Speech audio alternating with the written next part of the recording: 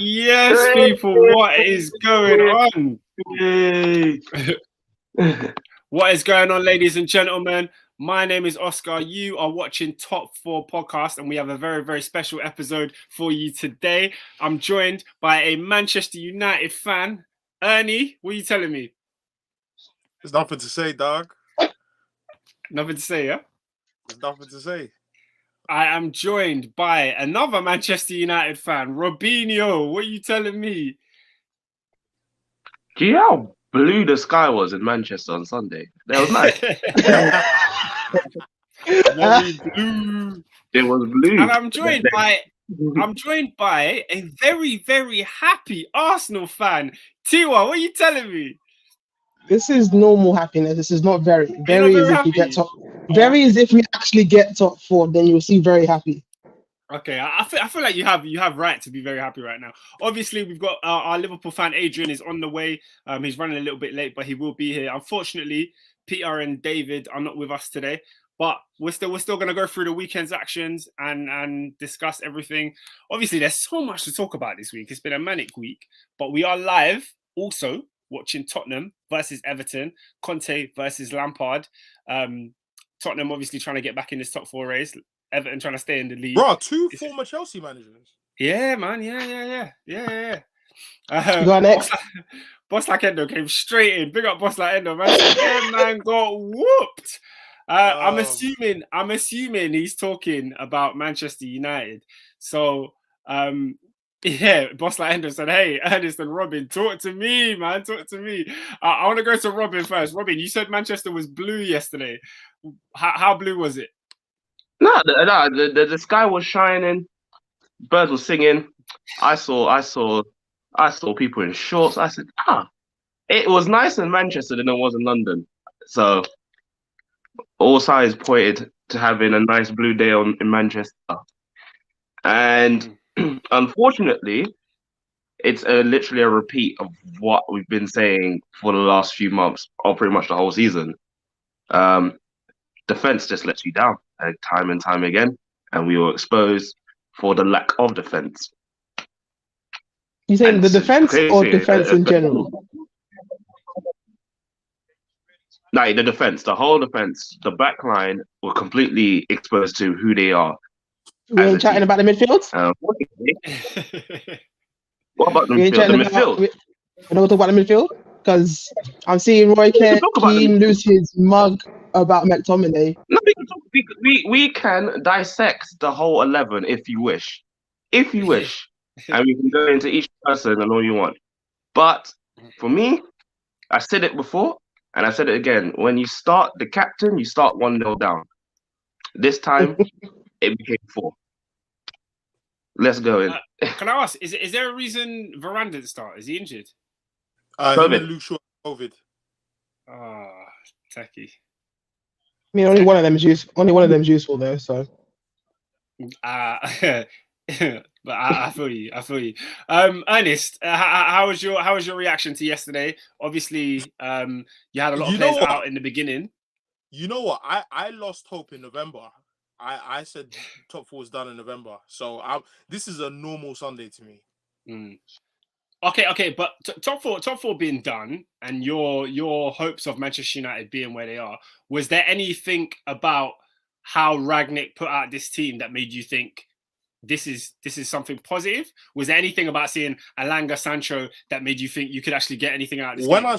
When I saw a certain Portuguese player playing false 9, I said we're in the mud already, because United fans told me that since Ronaldo's come, Bruno can't shine. I said, okay, he's got his chance in it. He's in the position that he played against Leeds first game of the season, where he scored a hat-trick, bearing in mind it's Leeds.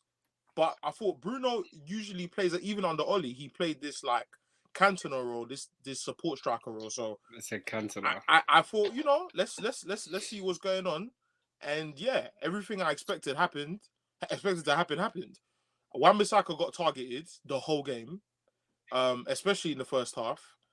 He got pause right there. And then like he is bad. He's bad. He is bad. No, but can we deep it though?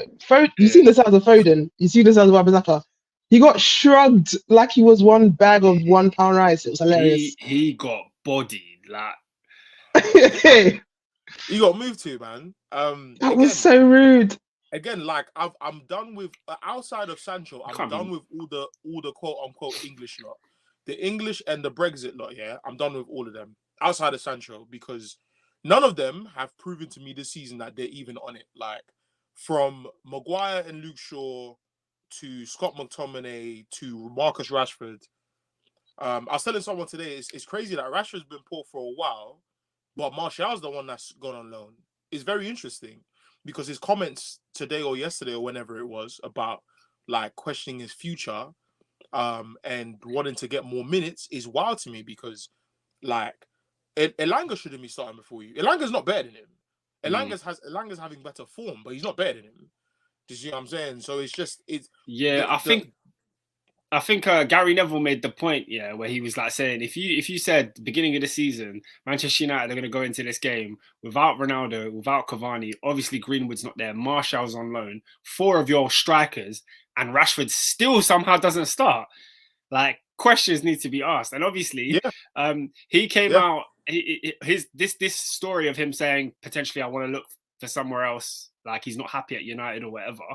Gary Neville has retweeted that and added fuel, saying, I've seen a lot of Man United fans saying that he's one of the leaks in the camp that's been letting out all the, we're not happy with Ralph, all of this. They're saying it's Dean Henderson mostly. Is it? Look, I've heard today that Rashford's part of that as well. At this moment in time, Oscar, no name will shock me, because it's all speculation. Like, the level of cowardice of the squad is insane. Like the lack of like urgency and initiative to try to like close down space, to want to receive the ball, to want to take someone on, like take coaching out of the window. You know how I always preach coaching. Take it out of the window. Where is your personal sense of pride for the Manchester derby? Like we know they're better than you. Did you feel the same way? Because I saw at the end of the game they were saying that they were doing this whole the players didn't even try, and they asked Scott McTominay. I saw Scott McTominay's interview. The interview. Don't listen to Scott McTominay. Why man? He gave a great interview. No. See now. We're there now. Come on. No, because Scott McTominay is the fraudest player I've ever seen in my life. That man he's the embodiment of blood and thunder passion with zero ability. He's an idiot, but he can talk well. But hear me out. What I meant with that is I think Manchester United played trash yesterday. They were terrible. Yeah. But the narrative that seems to be coming out from that second half in particular is, not only were they tactically bad, they didn't care. And I hate when people start talking about whether players cared or not, because I'm just like, you don't know, like you don't really know what's going on. I feel like this is purely a tactical situation here. If you guys were organized properly, then you could have got a different result out of this game. Okay. Watch the highlights for the fourth goal. I mean, I could watch the highlights for the second goal. No. Because it can't be tactical when people are running away from the ball. That's not. No, because it's true. Because deep it first half they were. For like first few minutes, they were good, and then it just kind of went, we're done now, and then the madness occurred, and then everyone. I swear, this I think this was the closest we were very close to seeing Roy Keane cry on TV. On my life, the way he was like, it was giving me life.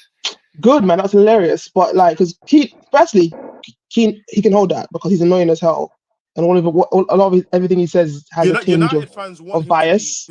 He wants to be our next coach because he shouts at the players after the game. See, that's part of the issue. These men don't want technical managers. They want blood and thunder, and they wonder why they are where they are. So, okay, Taha says no, the players aren't following instructions after 15 minutes. C1 says Scott McTominay gave a great interview. Adrian also says this doesn't happen at Liverpool or City. So you're saying that the players needed to have a little bit more concentration and actually. It doesn't happen. This doesn't happen at any top 6 team whatsoever. I don't think that's true. No, but it's true. Oscar, deep it. What was Arsenal's thing before? That was like literally before like this season. Yeah. That was what they were throwing against us, and it was fair. The players were moving. The players are moving mad, and they're doing the same thing in Man United. Is Ralph Rangnick been brilliant? No, but he's coached well enough. I've watched these games because I ain't doing anything. I've watched enough of these games to say that he's not setting them up to fail. Oscar, I'm so sorry to cut you, Lola. Yeah? There's a huge argument to have that they don't care because he's going to be here for the next 2 months and he's out. There's a huge argument. That's a fair point. That's a fair point. But to say, like, Lola, what you're saying now, bro, you look at this Arsenal team right now, they don't look like they don't care. But that's because they're organised. And I think, like, there's so many times where... This is what I did. This was the organisation part. Yeah, obviously we're more organised than before, but let's not pretend, like, ignoring how they left, but let's not pretend we didn't got like a good majority of this team. You did. The majority of the Man United team have been the same Man United team since how many managers? They're all still there. No, I'm very, very reluctant to be like, these men that have gone out there to get embarrassed in front of 70 plus in the stadium, and then everyone at home on TV to be like, you man just didn't care, you didn't try. Don't get me wrong. The best team in the league. Don't get me wrong. Nothing is ever 100% one side or the other. But this is a very situation where there's a certain cut-off point where it's like Ralph is not like, he's not Pep. But I've seen enough of his games in the period he's been here that I can say he's not an idiot. Like, he set them up decently enough to get to do better than they have been doing. And then the players themselves, though, every single one of them are suspect. Bar like Pogba and Sancho and Elanga, I haven't seen any of them doing anything that made sense. I don't know why. I actually don't even know why Wan-Bissaka's back in the team. Is Dalot injured? I'm not saying Dalot is like some. It's clear. I think I even saw reports that Dalot's even questioned why he doesn't. He can't even start. Like, I'm not saying Dalot's clear of Wan-Bissaka or anything, but you looked a lot better. At least the system that was being worked when it was Dalot, because Wan-Bissaka is good at one thing and one thing only, as 1v1, and when they figure out how to get past him, and he's not good at that anymore. I hear you. I hear what you're saying. Earlier on, there were a large amount of comments about a certain player. Because Ernest, you touched on him. Bosslight Endo says, remember Bruno Hernandez fans called KDB outside. But C1 says Bruno false 9. You need technical ability, high ball retention, and intelligence. He has 0. Injects this Bruno slander from Ernest. I see nothing but facts there. No, I don't want to talk too much about this youth, man. Like, there are so many number 10s in the Premier League I've seen in the past year that are better than this guy. He is like purely efficiency, and nothing else. Like, his ball retention is pathetic, and I'm talking about like what you see with your eyes. Was that a goal? Yeah. Yes, I was about to get on it. It's a really, really good goal, man. Tottenham go 1-0 up. That was nice. I'm not gonna lie. It's an own goal. No Kane there. Nice.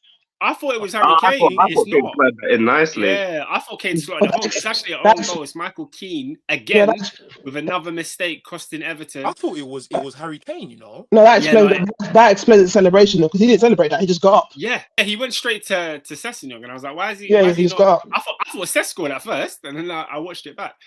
But yeah, 1-0 Tottenham in that game. 15 minutes played. It's looking bleak for Everton already. Everton get relegated, man. The main team. I'm sure. The only reason I don't want them to get relegated is because of Van der Beek. But true. Outside of that, they can hold that. Yeah. Do you know what? Yeah. In any other year, I'd be so happy to see Everton go down. You know. But it's because they're like on the edge with Burnley. I kind of want Burnley to get relegated. Yeah, I don't think Burnley are going anywhere. Sorry. I think Sean Dash is trying to rise it for the last few games, you know. So who's getting relegated then? Because it's Burnley or who? Question. Yeah, it's a tough one. Taha says Key wants Lampard sacked. Back onto Bruno for a second. Bosslight Endo said Ernest is a real G. He clocked Bruno from 2020. I'm so sorry, but most people who weren't purely looking at stats said the same thing and were getting slandered. No, The amount, Lola. of, the amount of time I've been saying, like, the guy is like, don't get me wrong, productivity. He will give you, but if you're like, obviously nothing is wrong with goals and assists. But if you're literally nothing else, you can't retain the ball, you can't really pass. Every pass you is supposed to be an assist with you. You can't hold on to the ball, you can't read the game. What? Too much. So in games where No, you're never going to score or assist in every game. I argued with people at work for months. People said to me, Ernie, you're a hater. I said, listen, guys, I'm not saying that goals and assists are not a good barometer, but they can't be the only barometer. When you look at David Silva, predominant for the majority of his time at Man City, David Silva was not an assist man. David Silva was eye test only. Yeah. The reason why they built a statue outside for him at the Etihad is because when you watch him with your eyes, you can see a conductor. Luka Modric, at the end of his Tottenham tenure and his Madrid time, like, look at what real number 10s are on. Do you see what I'm saying? Mesut Ozil, and I'm gonna go as recent as Dimitri Payet. What's it called? I watched. Oh my gosh, what a goal! I know, yeah. It's scintillating football at the lane. I said Everton are in trouble, but the people didn't want to believe. The people did not want to believe. Pickford's got to do better there. It's gone underneath. It's gone underneath Brexit Pickford. propaganda talking about 200 appearances today. Yes, he's that guy. Let him do his 200th appearance, innit? Let's see what's good, cuz. Trust me, bruv. They love this you off. It's sticky. It's very sticky. Yeah, the link-up play has been good, though, up front. Yeah, man, yeah. All right, let me close this Bruno chapter. Essentially, all I'm saying, guys, is this. I'm never gonna come on here and say Bruno is trash. I'm never gonna say he's rubbish. But the issue that I'm seeing is that when you allow a player, and the reason he thrived a lot is because Oli was on the chaos as well. Oli didn't like regiment. He didn't like a bit of like structure within our attacking, format. Which is why, like, if we're gonna judge people of goals and assists, that means Pogba had a good game yesterday because he got an assist. Is that the format we need to go on now?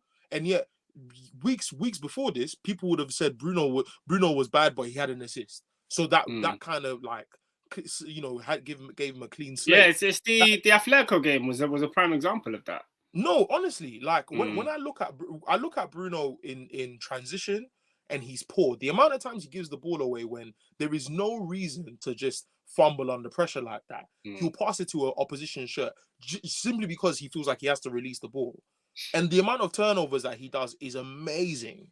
And the thing is, I've been having conversations all week and I'm like, guys, what is this guy good at outside of goals and assists? Because I'm not saying that those things are easy. I'm just saying that they're a very superficial way to look at what a number 10 is supposed to do. And more than that, what a talisman is supposed to do. Do you see what I'm saying? And for me, I look at Bruno and I ask myself, does he get into this Man City team?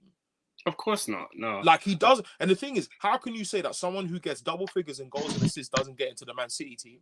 That means that it's more than goals and assists. When you try and tell these people, they only clock when he doesn't have a goal or an assist in a game. Yeah, but the thing is, I remember one of the things that you always used to say was when they dry up, when the goals and assists dry up, then what? Then you're gonna see who Bruno is. And I think people are slowly clocking that. Outside of, I feel like in the Man United circles, there's been a lot of people that got a lot of hate for their hatred of Bruno because it's like, this guy's scoring goals for us. How can you not rate him? And Oscar again, like, I don't hate the guy. I think he should be in our team. Because I was thinking today of like the players that need to leave Man United, like in the summer, like absolutely, there's no redemption for them. Yeah, have to go. Bruno wasn't on my list, but he's definitely on a thin line. Like, we can't go forward playing like this, bruv. Going forward, we cannot play this Oli football, bruv, where everyone's a maverick. Everyone just does what they want to do. And because you've given us double figures in the past, we should just allow you to be chaotic. KDB was one of the best, if not the best, number 10 at City when Pellegrini came. Pep came and says, "No, you're playing center field." And he's played there since Pep has come. There is no, this is what I do, this is what I'm good at. You play according to the structure of the team. Now, granted, Ragnick is not going to be there for long, and I think the players are taking advantage of it. Do you see what I'm saying? Because yesterday, I saw some god-awful football. Like, it was bad. Fred was left out to dry because Scott McTominay, in terms of, like, spatial awareness and his receiving of the ball, he is a pathetic football player. He is trash. That's a man that I'm shocked is a football player. He's a coward. He's a coward. He's a genuine coward. And do you know what it is, yeah? At Man United, the Brexit players have the best PR because they'll come after the game and talk about what we need to do as a team when it's like, you're a huge liability. You're a huge part of the reason we lost today. Like, what was he said? What was it he said? He said, I'll be honest with you, I remember, I think there was one line. He said we can't keep the ball. Like, I quote tweeted for Top 4 podcast this morning and I didn't watch the video. I didn't even watch the video. Because the journalist that's pulled up the video is saying how of all the players that need to go, Scott shouldn't, because he. I saw that. I said it. And I said, "What's going on here? Yeah, what's going on here? Like that's partly, but one of that comparison was rude because I may not rate Henderson like that, but the technical gap between them in the same age is wide. It's wide. It's wide. It's big. Edgeware road to Edgeware. It's a gap. It's a chasm. And then I think it's I think where he kept saying we couldn't keep on holding on to the ball. I said, is that your job? That's your job. That's you. So you're saying we, but it's you. Yeah. No, but he did try to throw it. He tried through. He frustrated the other players as well. He was like, when we get to the ball in the final third, we're doing fancy things all the time. He said we're doing fancy things instead of keeping it simple. He does this all the time. I say, Scotty. Maguire did it as well when he said one time when we conceded bare goals, he said our forwards need to score. Uncle, don't concede.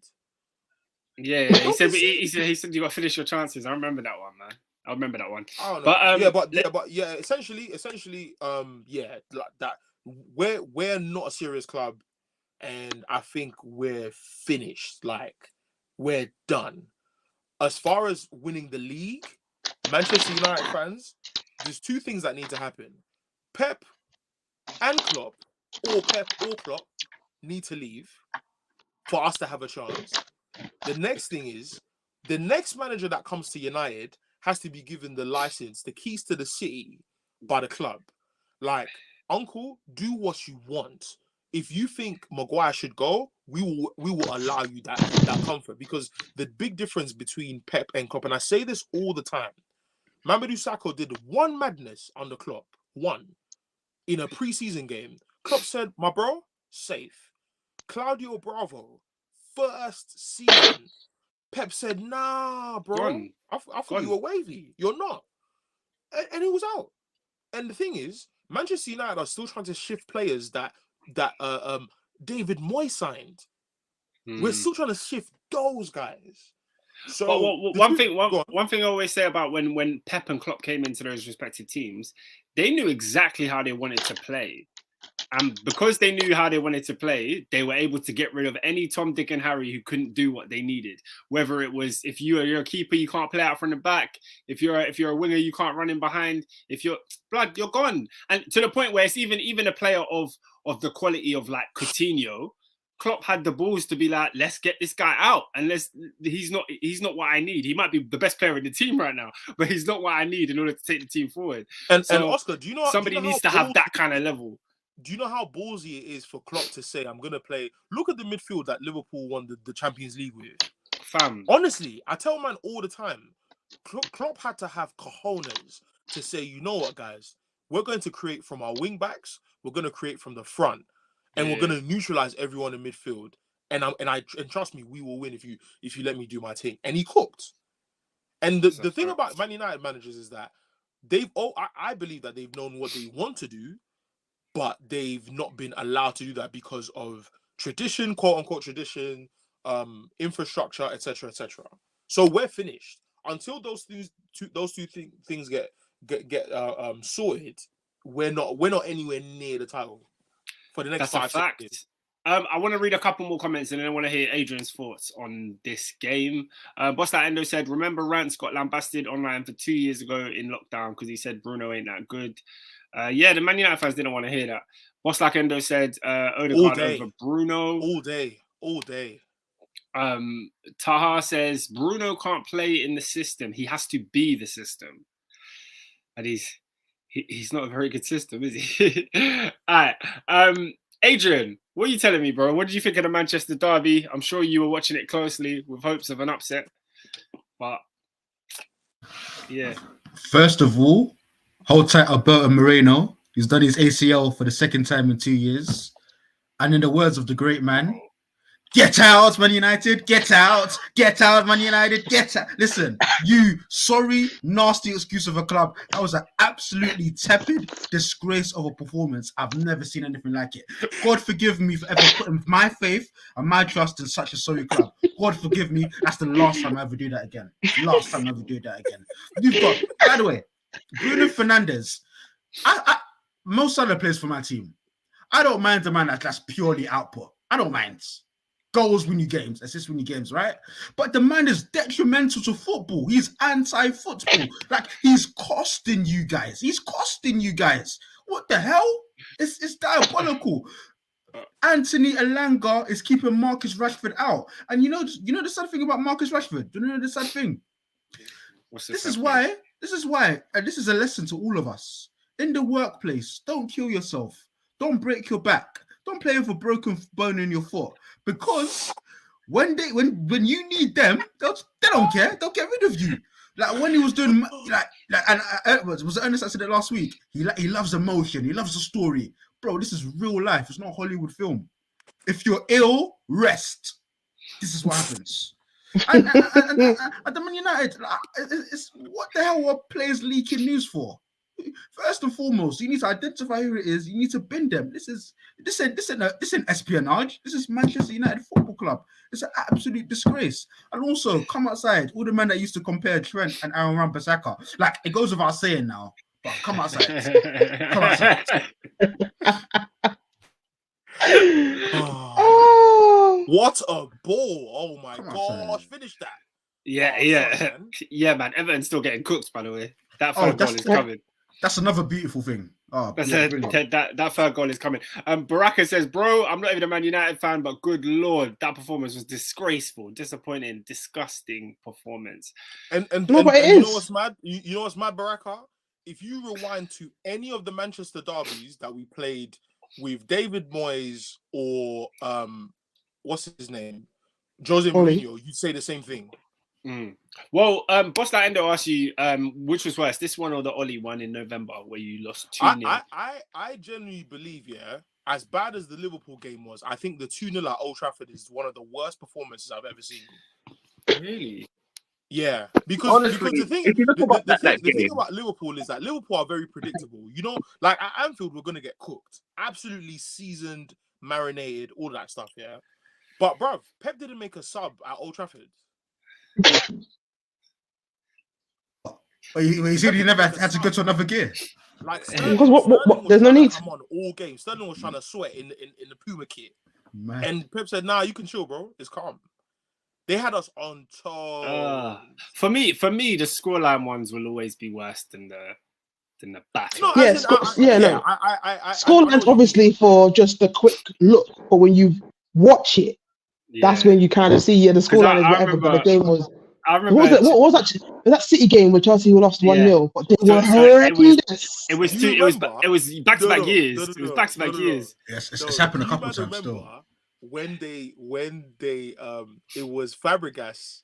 Yep. Was trying to chase the ball between Bernardo Silva and David Silva.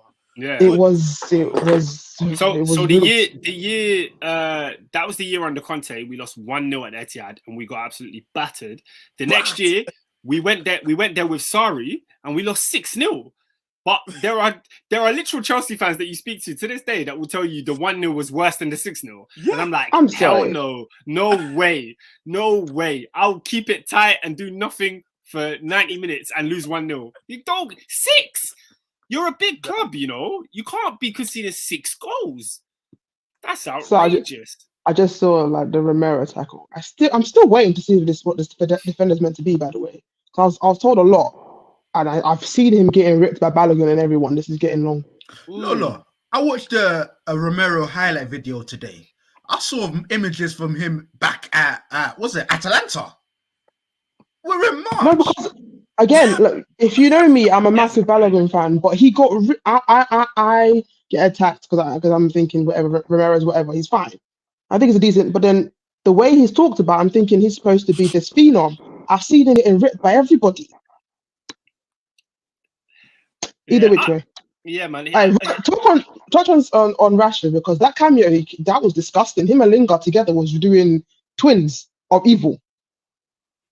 1 and 2, tweedledee nonsense. Listen, Rashford. Rashford God. is you know what? A lot of these players are criminals, but they're victims as well, because I think that there's a huge point in the fact that like Martial, Rashford. I'm gonna go back as far back as Timothy Fosu-Mensah, Axel Tuanzebe. They've not been developed at Man United. They've not had the platform to be able to take their ability from like 1 to 3 to 4. They're all stuck at the same place we found them in, with a lot more PMP. Do you know why though? Have you? Why? Go on then.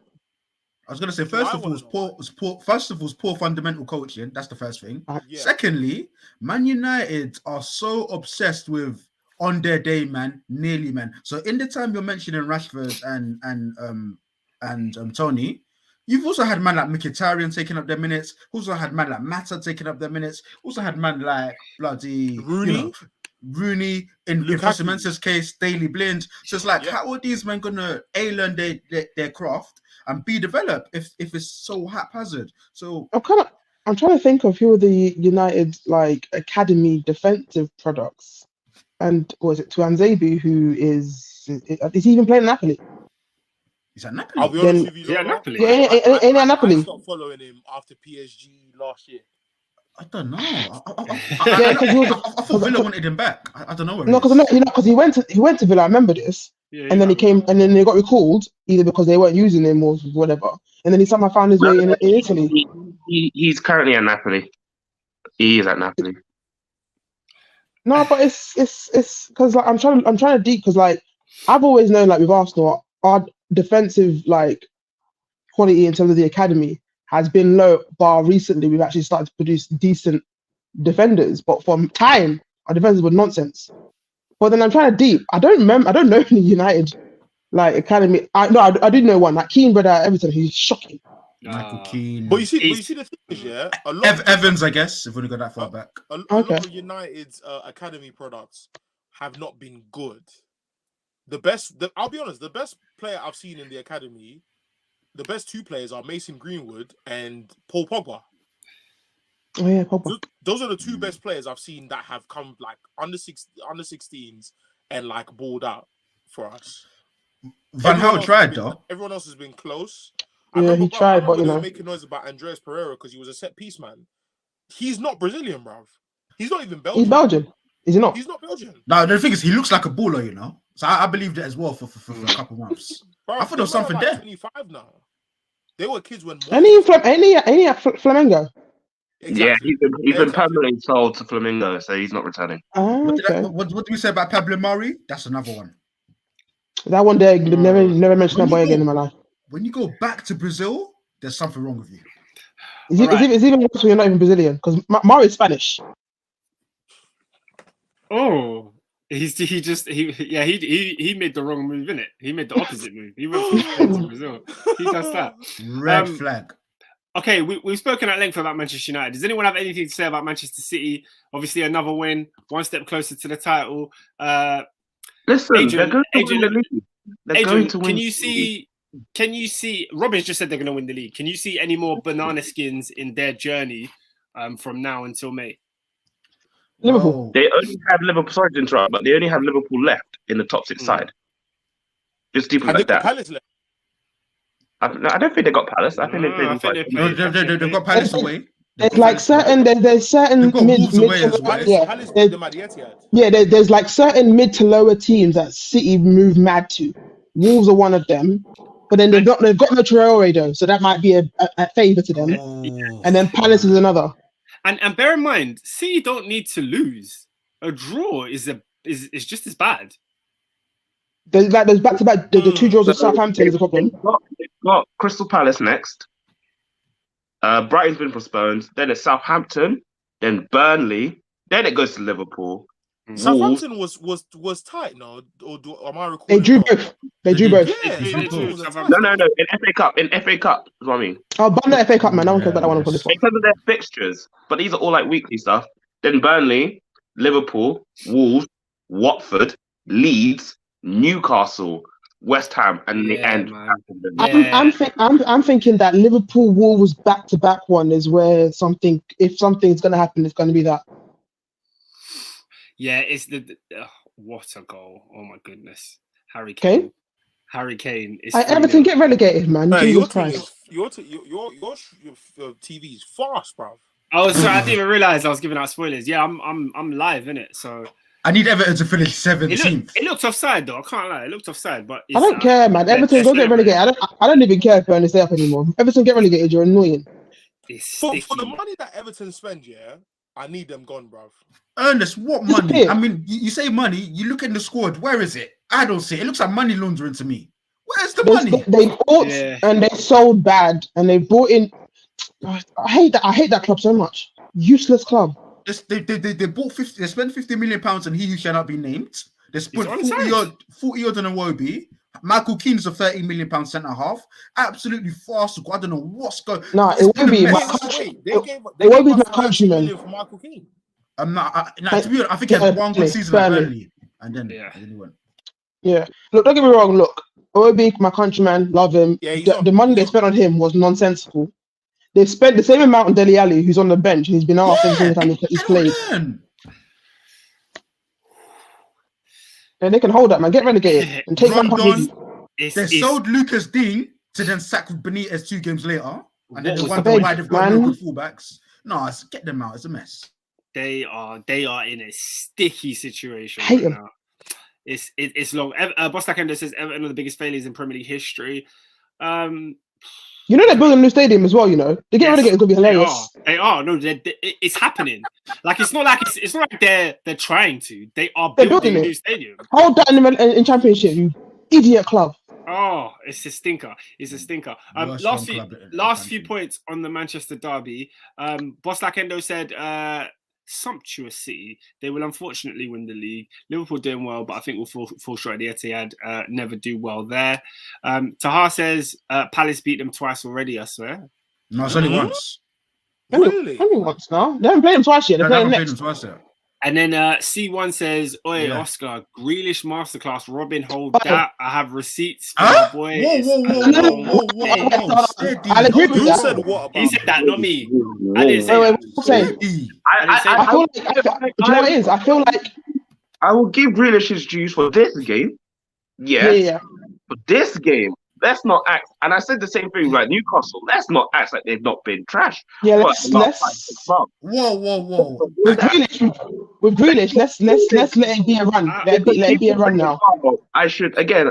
Going back to the apology, I should apologize to Newcastle again. It's like, well, they've been absolute garbage for 3 months, and they switched up. No, but Robin, in fairness, Robin, even after the window, you ripped them off. After you saw what this meant. Because I said I don't see anything yet. But then after that, they proved wrong. Am I going to apologize for calling them crap for 5 months? No. There's difference in saying crap. Robin said no. And being adamant they'll go down. Yeah, and But in fairness, me too. I was adamant they're going down, and then they bought, and I was like, no, they bought decent enough. Yeah. And Do you know what it is though? We know. I think we know what this league is like. I think it's always early to write someone off in November and say they're going down. I mean, I said that in the start. They're gone. Yeah, They're not saying now. They're gone. I'm a Grealish is a baller though, man. On Grealish though, Grealish is another example of it's not everyday goals and assists. He balled out that game. And I don't think he got a goal and assist in that game, but he balled. You see, now try, I beg you, offer Bruno £1 million. He's not doing that performance. No, he's not. But I'll be real though. Unless you're David Silva, I need goals and assists for 100 mil. Oh yeah, don't get me wrong. The price tag it sucks, but that's what it is. But I'm saying in But you terms know of what just it is, though. But Adrian, purely you know what playing, it is, that's though. what it is. He's never gonna get criticized for the 100 mil, though. Especially if they win the league. No, He's that's never the gonna point. Yeah, get yeah, it's gone. But if they don't, I want to be the first person. But you know what's mad? If Pep loses the league this year and wins it next year, no one will talk. Pep has done enough. No, Yeah. I'm not saying people shouldn't talk. I'm just saying that the narratives that surround British players who cost a lot of money is minimal, bro. Yeah. Bro, they've never cooked Maguire for 85 million. They've never cooked No, him. they have. No. Bro, after deep it, they had Paul Merson was on his neck. They made him One apologize. guy. They made him apologize. Yeah. They made And him apologize. They made him apologize. But I'm always hearing Roy Keane on there like Maguire. He's got to do this.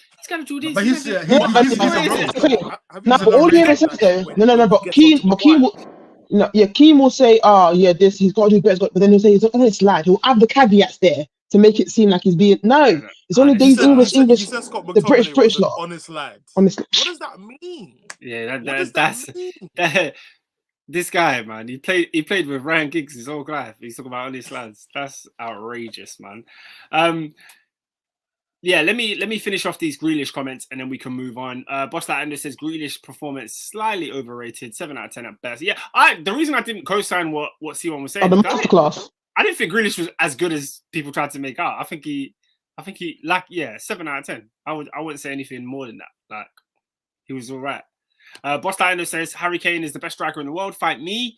Taha says Harry Kane has now equaled Thierry Henry for goals. Is that Premier League goals? I'm assuming. Yeah, Premier League goals, and it's like fantastic. All them goals for what though? What's 174? Yeah. 175. 175. Ooh. Hey, how crazy is it? All them goals for what? He scored 100. All them goals for what? No, but credit due, man. I rate it. That's to get them man at goals is a madness. But all them for what? You stay at Spurs, you ain't winning Jack. I don't give a toss. But the thing is, if he scores 2 more today, let's say he gets a hat trick, he's eclipsed Lampard's record as well. And I'll say it again. Lampard. All them goals for what? All them goals for what? No, all them goals. Because they're gonna tweet streets will remember Harry Kane in 15 years. That's why. What streets? He doesn't even look nice. The man's heavy. The streets will remember Harry Kane, man. Taha says, Boss Laendo, Wagwan, Lewandowski, Benzema, and Mbappe are both clear of Harry Kane. Yeah, that's fair enough. That word clear. I don't like it, but it's not clear. He's not clear. I don't think him. I think you can argue better. Yeah, I agree with you. Though. That word is so overused, man. Do you know what clear means? It's never used properly. It's like clear is like saying Harry Kane is clear of Lacazette. That's how you use it properly. Yeah, facts. Yeah. It's not night and day. You can't be for all players.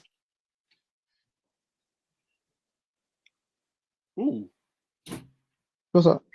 It's time to. So someone just came in my door. I'm thinking, who is that? And I just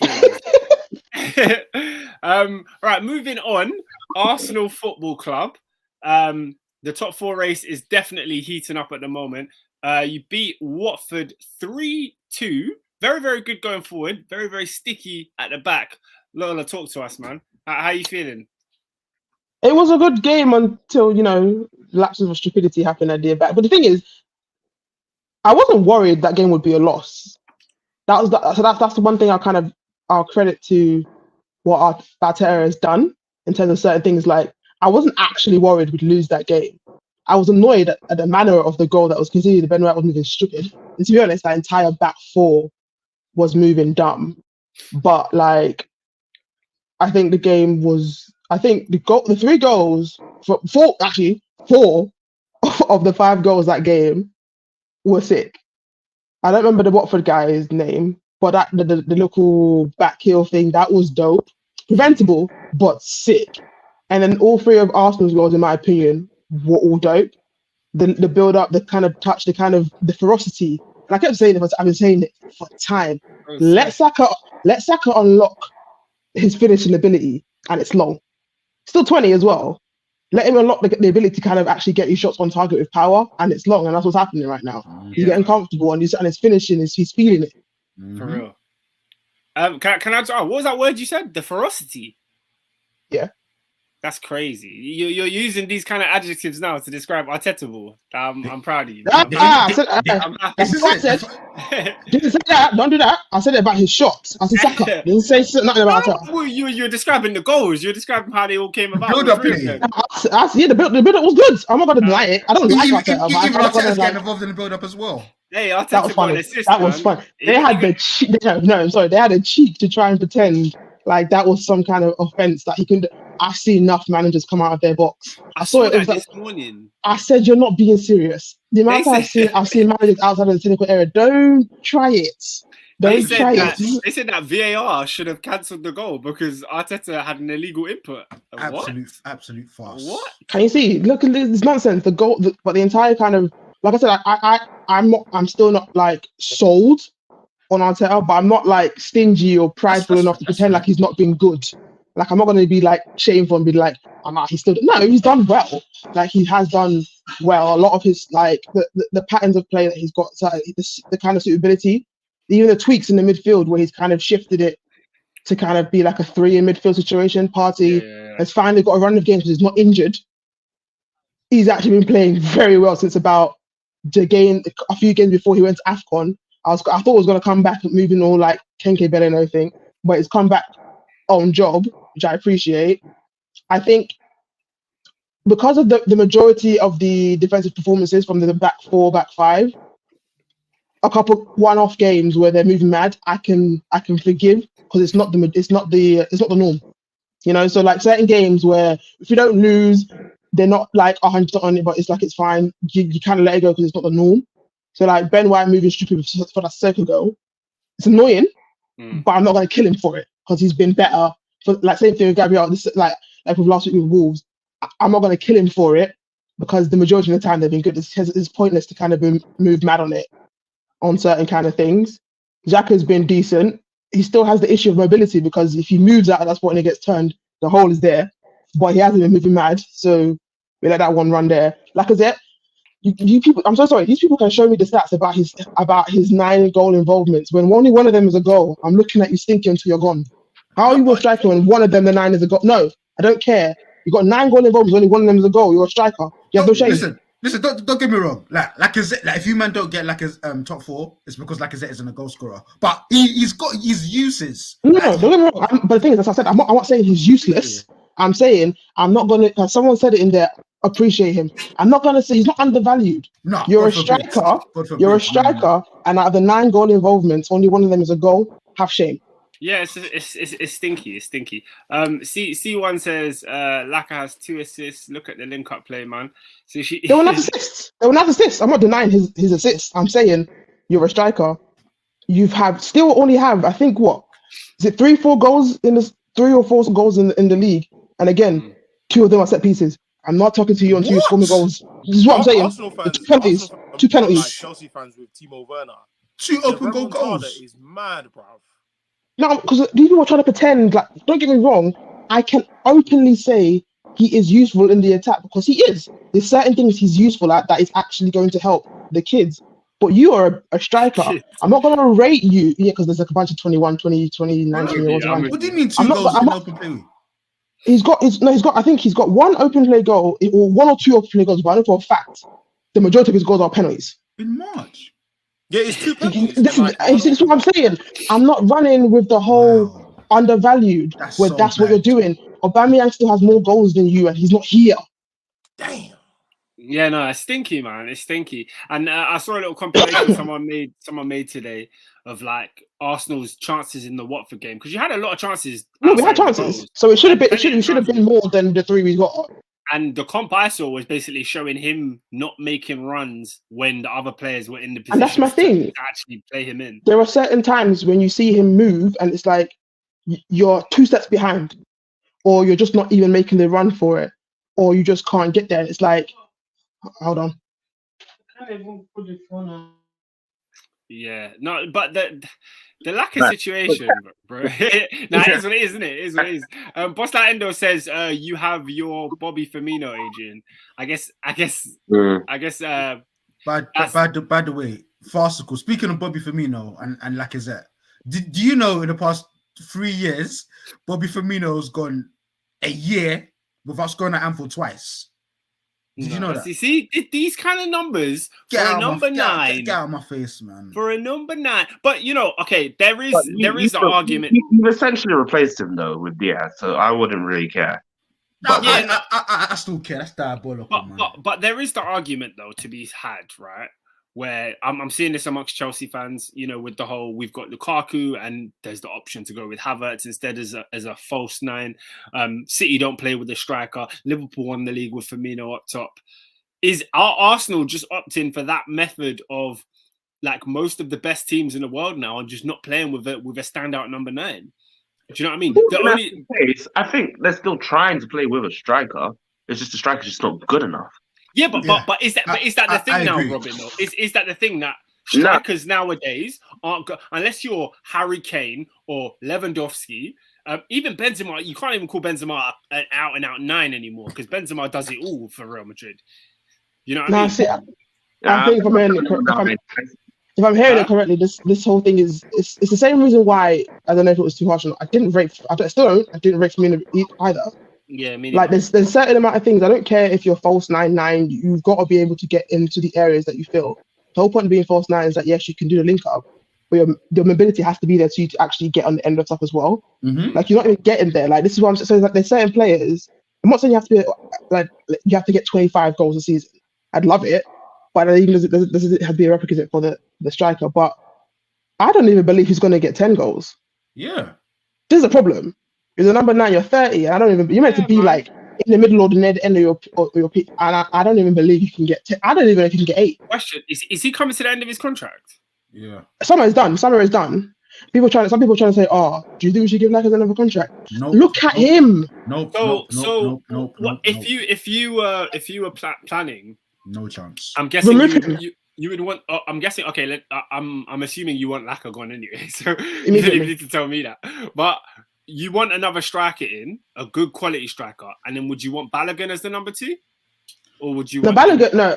If it's me, I think certain academy guys another loan. So Balogun, I'd put him back out on loan, either to a bottom Prem team or to like a Norwich who's going to end up winning the Champions League again. You know what I mean?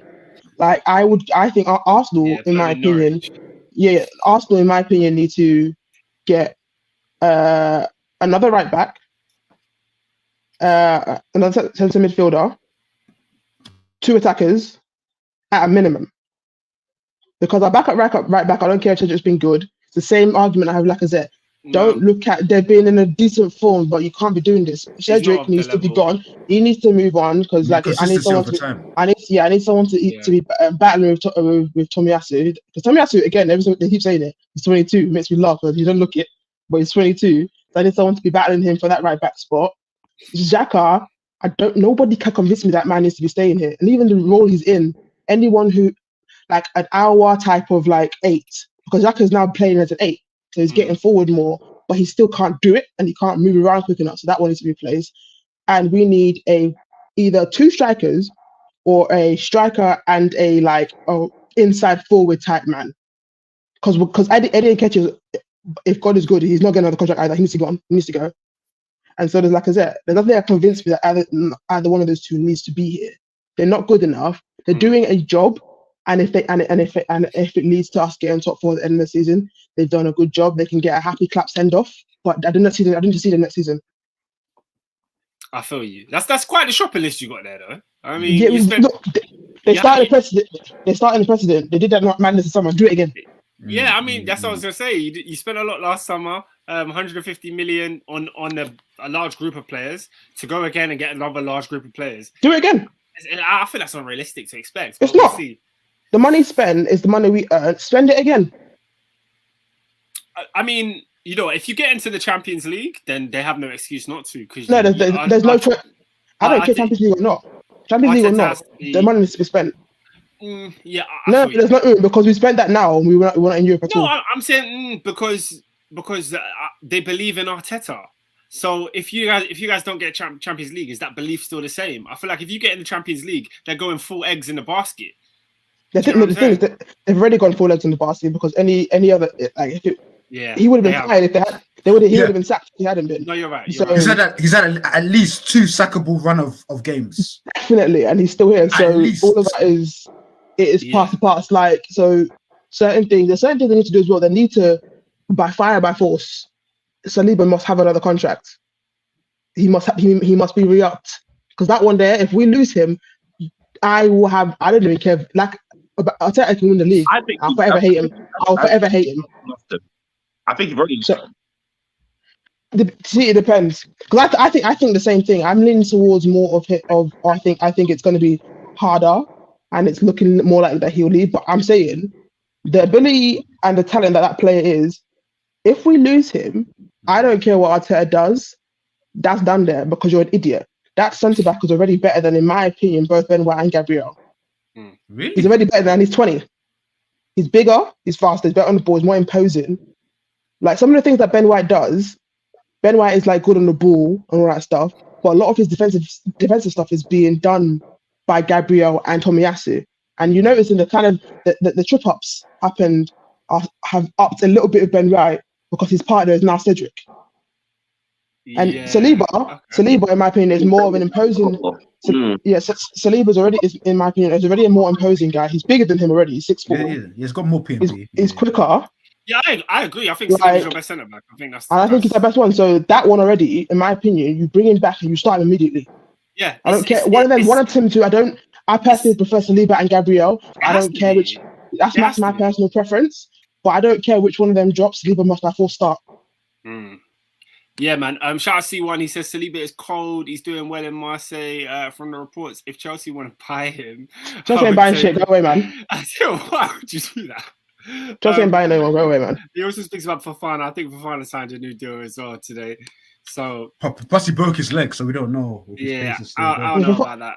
Yeah, but overall, like, look, the game was fun. Again, I actually wasn't panicked when the 3-2 came in, because it was one of those ones where it was a fluke one. It was dumb. It was Ben White doing something. It wasn't a case of we were getting like barraged by Watford. That I'm fearful. No, we should have had more than 3 goals. The goals we had were dope. Saka was balling. Martinelli was okay. He got better in the second half. And then got his goal, which was sick. Odegaard was balling the entire game. Partey was dope. So it's like, cool. Do that again next week against Leicester, innit? Because I also think when people mention like Arsenal have games in hand, I don't particularly like it. But the games in hand are less of an issue now that you are in fourth. Yeah, you know what I mean. So when you're game in hand and you're already in a favourite position, that's when I care. Look, I don't care if I'm sixth and with games in hand. If I'm fourth with games in hand, is different. I'm looking at the league table right now in front of me. Arsenal are literally 5 points behind Chelsea with the game in hand. So not only are you fourth, you're closing in on third. You have 3 games in hand over Manchester United, who are the closest paced team to you in fifth. Obviously, Tottenham still have games in hand as well, so they can still climb up and get. Yeah, Tottenham are still there. But everything is saying that like this is in gear for Arsenal to go on a run and claim this spot. Obviously, we know there's going to be many twists and turns, but the beautiful thing is we are in business end of the season right now. Every point, whether it's league, top 4 or relegation, every point it counts. It matters. Yeah, and I said it before. I said it before. There's no Peter here to kind of poo-poo it. Not getting top 4 is a failure, in my opinion. I said it before, and I'll say it again. And now he can't find me because he's not here. So I'm not top 4 is a failure, in my opinion. Are you saying that from this point? Arsenal,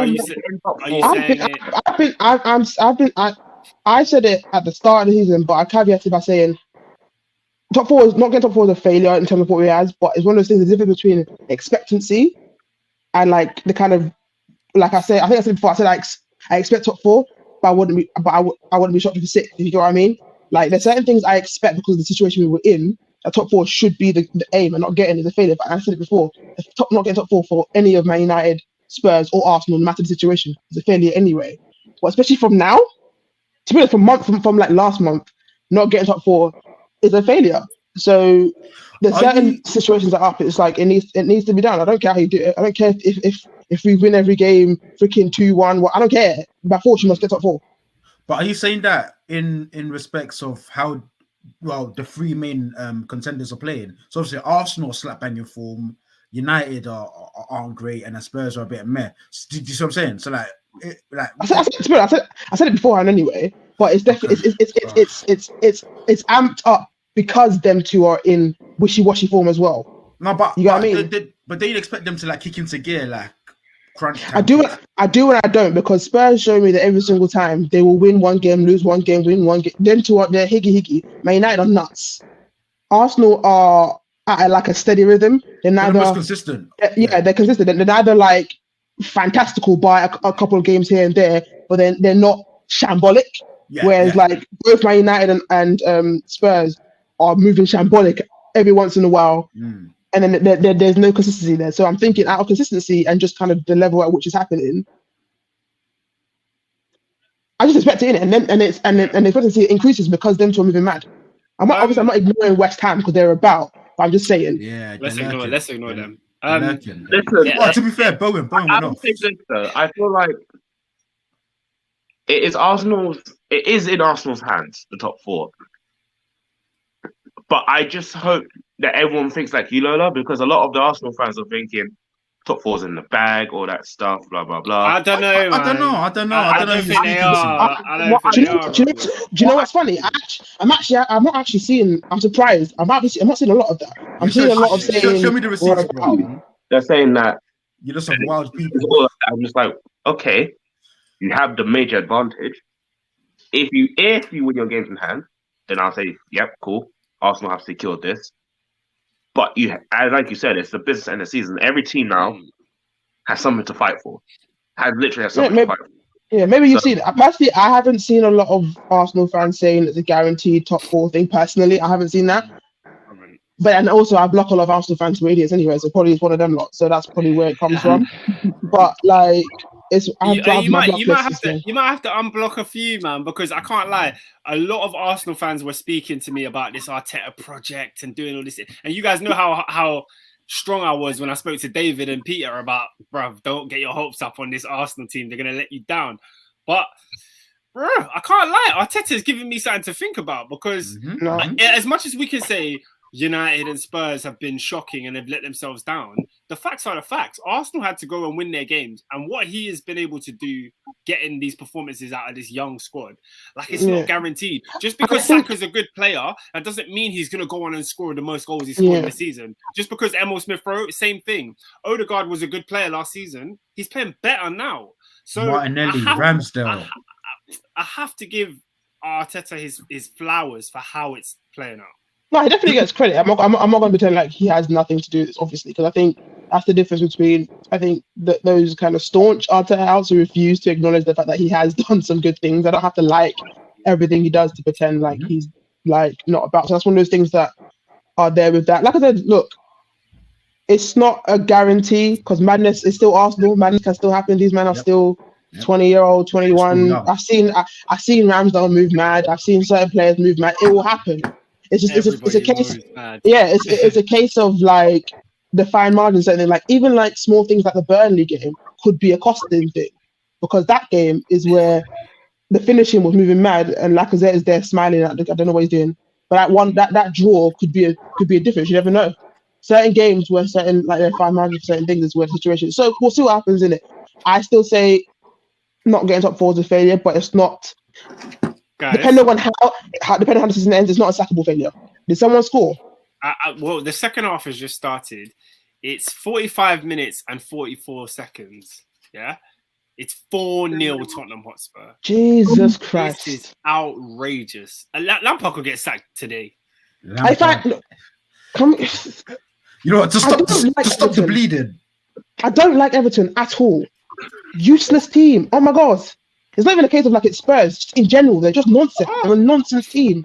Ladies and gentlemen, if you're watching, please like the video. Please subscribe if you are new. We're currently watching Tottenham vs Everton live, and it's 4-0. SW6 is Tottenham. My goodness. Regular done as well. Madness.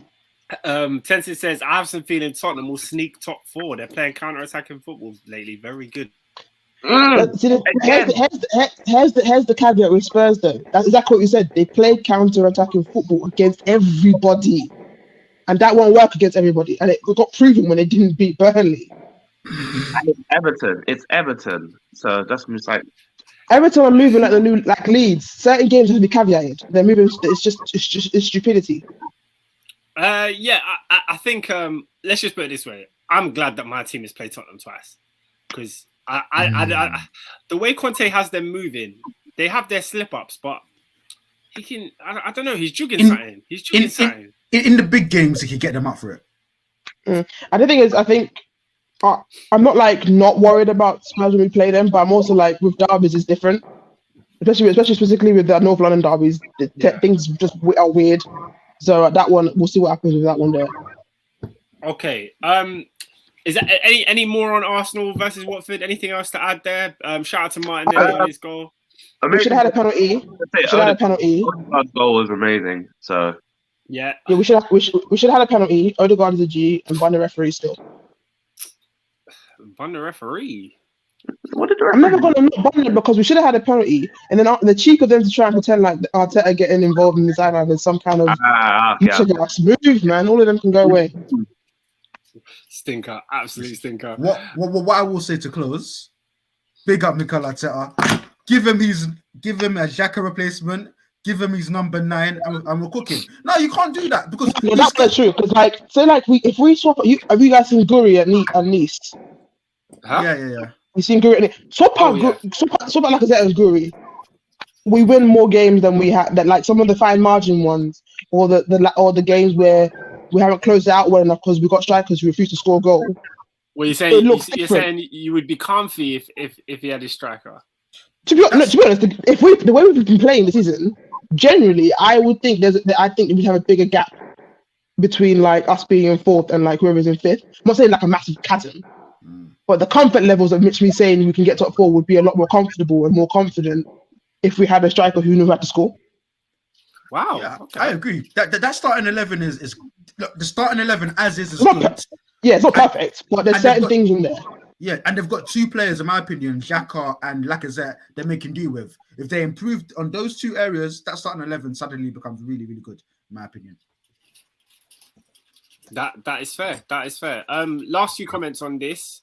Tencent says, I agree with Lola, but they should play that style to the end of the season. Don't play possession based against smaller teams. Oh, I think you're talking about Spurs. Yeah. And then Tencent also says we should Jude Arsenal against better teams like Leicester, Chelsea. We should judge Arsenal against better teams like Leicester, Chelsea, Tottenham, and Liverpool. Why? We beat firstly we beat. I get you. But firstly, we beat Leicester and we beat Tottenham anyway. The Chelsea game, we lost. That was annoying. But if I'm being shameless, I'll say that was with a different team. No, I'm not going to be. But if I was being shameless, and Liverpool, look, it's not. The Liverpool one. I might have that one. I wasn't even expecting to win. So that one is what it is. It happens every season. I don't care. But then you can say judge them when they play better teams. These teams that I was talking about with United and Spurs, they lost to Burnley. They lost to Watford. Did Man United even get 3 points from Watford? No. They didn't even score a goal last time. Leicester and Leicester in the bottom half of the table. You got what I mean? Like we can say judge Arsenal when they're playing the better teams, but the Spurs and the Leicester and the United of the world are also dropping points to worse teams that Arsenal are beating. And also off of the back of that, judge Arsenal against bigger teams. Look at that sorry excuse of a performance that Man United gave us against Man City.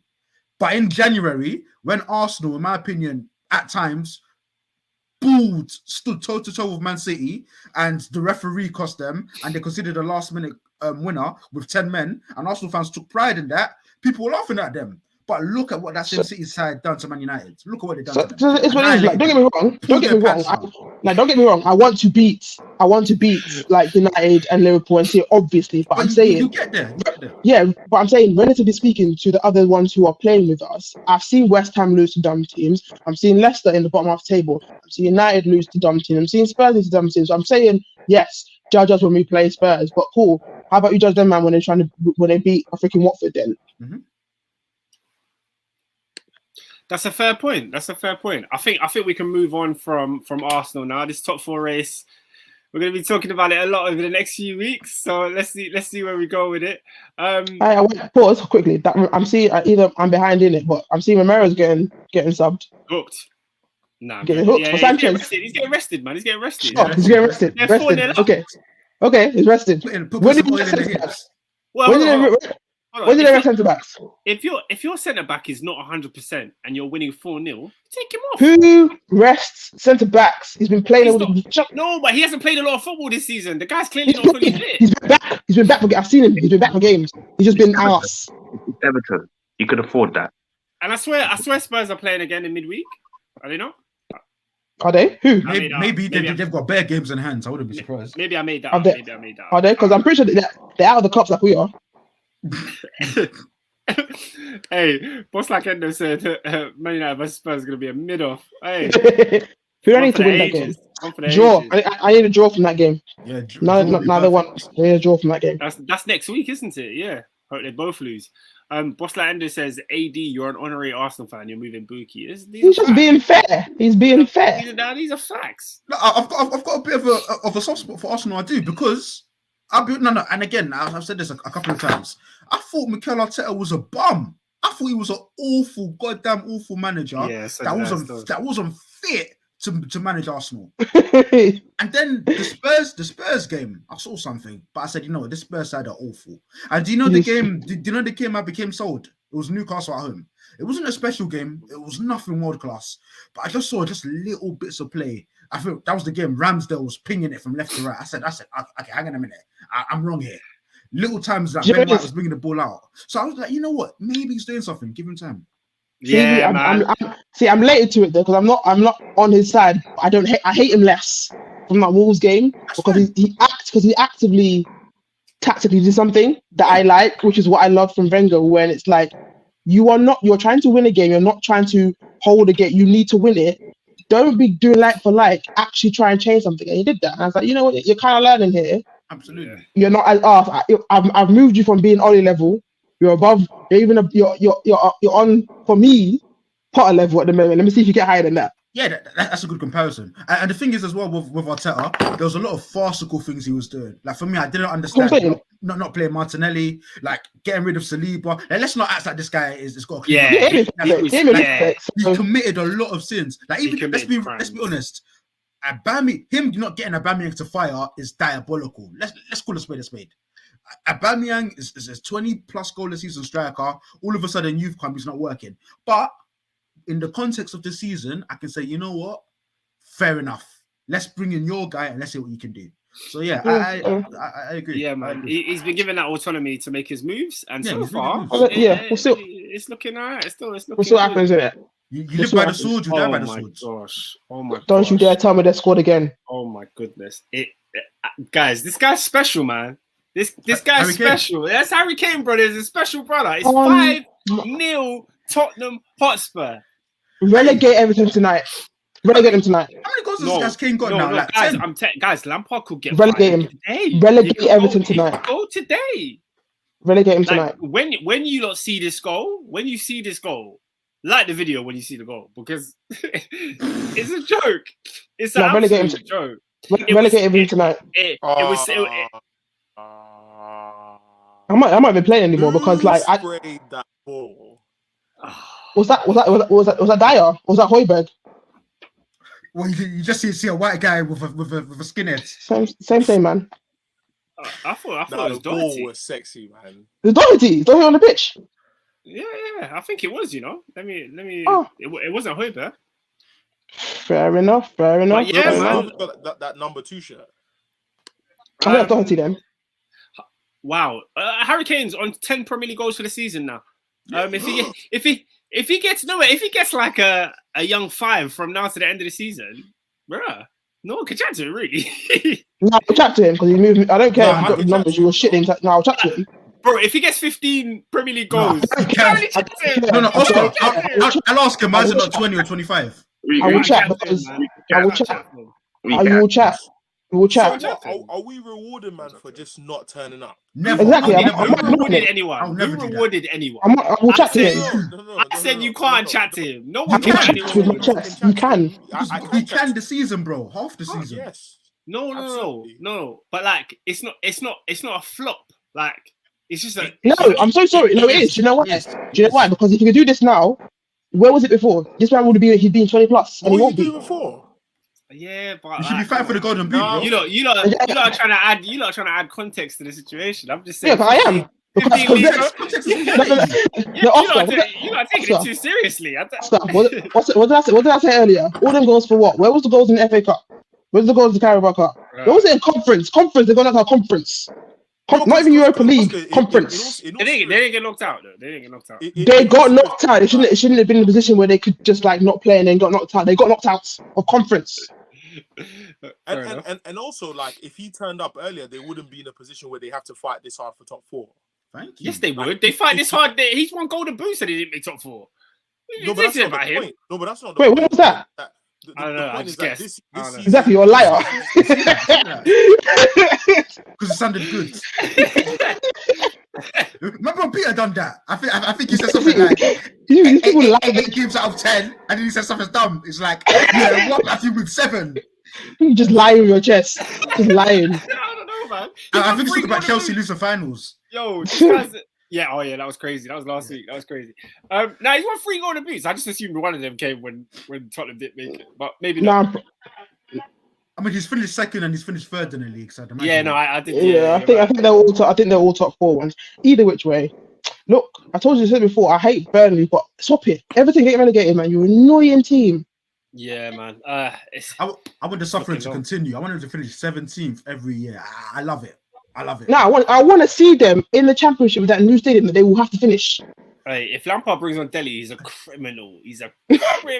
if you bring on Delhi and 5-0 down, that's disgraceful. Imagine how he scores. Imagine he scores like I got mine in it. Donny van der Beek coming off on the 58th minute. And he's brought on the Ukrainian brother. Lampard, man. And he go back.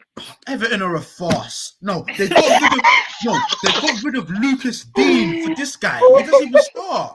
They played. Who's playing left back? Ben Godfrey. I'll give him the fairness that he was injured for the majority of that.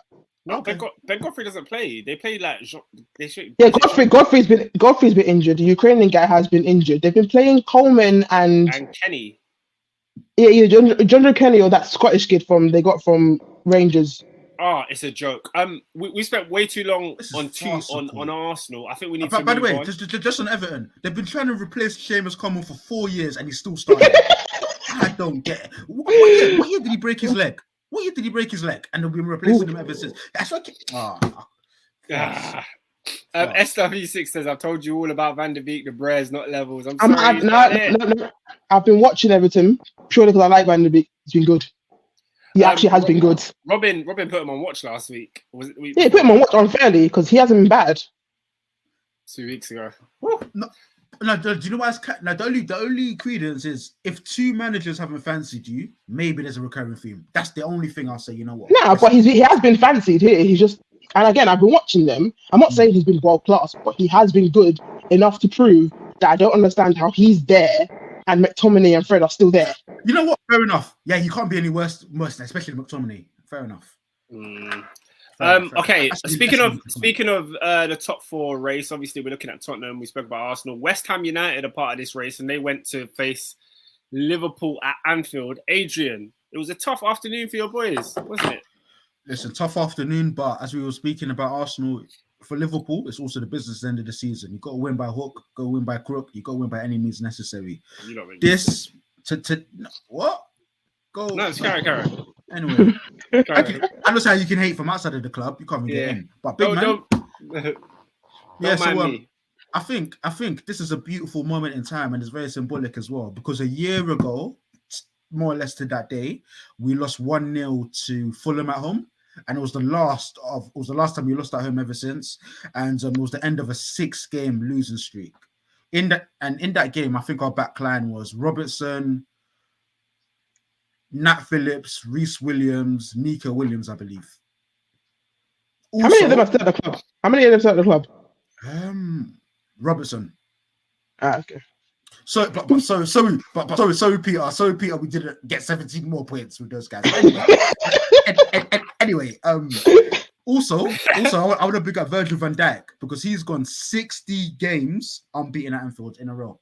He's usurped Lee Sharp's records. Who? Virgil van Dijk. Wait, whose record? Lee Sharp. Apparently, for his first 59 home games at United, he didn't lose. Oh, that's crazy. And then also for me, But you're going. That's a record for your first. So he's never lost at Anfield. No, in the league. Ah, sick. If I'm not mistaken, the only time I remember him losing at Anfield was the Atletico Madrid game, and that game was a farce. I don't know how we lost that day. But, was that the one where man was like celebrating like prayer symbols in front of the crowd? Who's that? Was it that one? Was that when what's the Morata was scoring? And Morata, yeah. Morata was scoring. That was pre-pandemic, man. That was brilliant time. that was the last game at Anfield in front of a crowd for like 2 years. But yeah, man. And I think Luis Diaz, he's a really, really good player, and he's proven why I wanted Adama Traore for so long. Because I look at Mane, I look at Salah, I look at Jota as well, and then I guess you could throw Firmino into the mix. None of them, in my opinion, are sort of ball carriers. Don't get me wrong, like Mane can sort of beat his man 1-on-1. For me, I've told you guys how I feel about Salah 1v1. I'm not confident in it at all. That one's a lie. It's a false prophet. It's a false prophet. Like, it's jank. Like, I prefer Salah facing 2 players than facing 1 player personally. Ooh, I don't know about that. I'll tell you why. Because he's got quick feet. Like he uses his body well. Like he's almost like Theo Walker in that sense. He doesn't need time to think. Just let him do, and he'll make it happen. Can I tell you what I think maybe the issue was with Salah against West Ham and against Chelsea in the cup final? Teams fear him. They know he's the danger man, so they double up on him. And what tends to happen is that Liverpool get the space on the other side. I think my friend Mo was explaining that last week. He was like, the ball always finds its way to Diaz and Mane because the space is there. When Salah and Trent play on the same side, so that area gets looked after a lot by defenses. I just think it's a skill set deficiency, point blank periods. Because even in these heights, when Luke Shaw was locking them up, when Ashley Young was locking him up, it happens. And I just said it when we're talking about Bruno. I don't mind that Salah is an output guy. I don't mind. He wins us games and he doesn't cost us anything. So but I think with Luis Diaz, it's different because he can actually carry the ball over long distances of grass. And there's even a time he won us a free kick around the edge of the box where he just picks the ball and he just keeps running. This is why I want Saint-Maximin. This is why I want Saint-Maximin at my club. I get it. Yeah, Saint-Maximin, like, you just need these guys. Like, for me, like, and again, it goes all down to stats. For me, the ability to carry the ball is fantastic. It's phenomenal. No everyone can do it. No everyone can beat a man. But that's facts.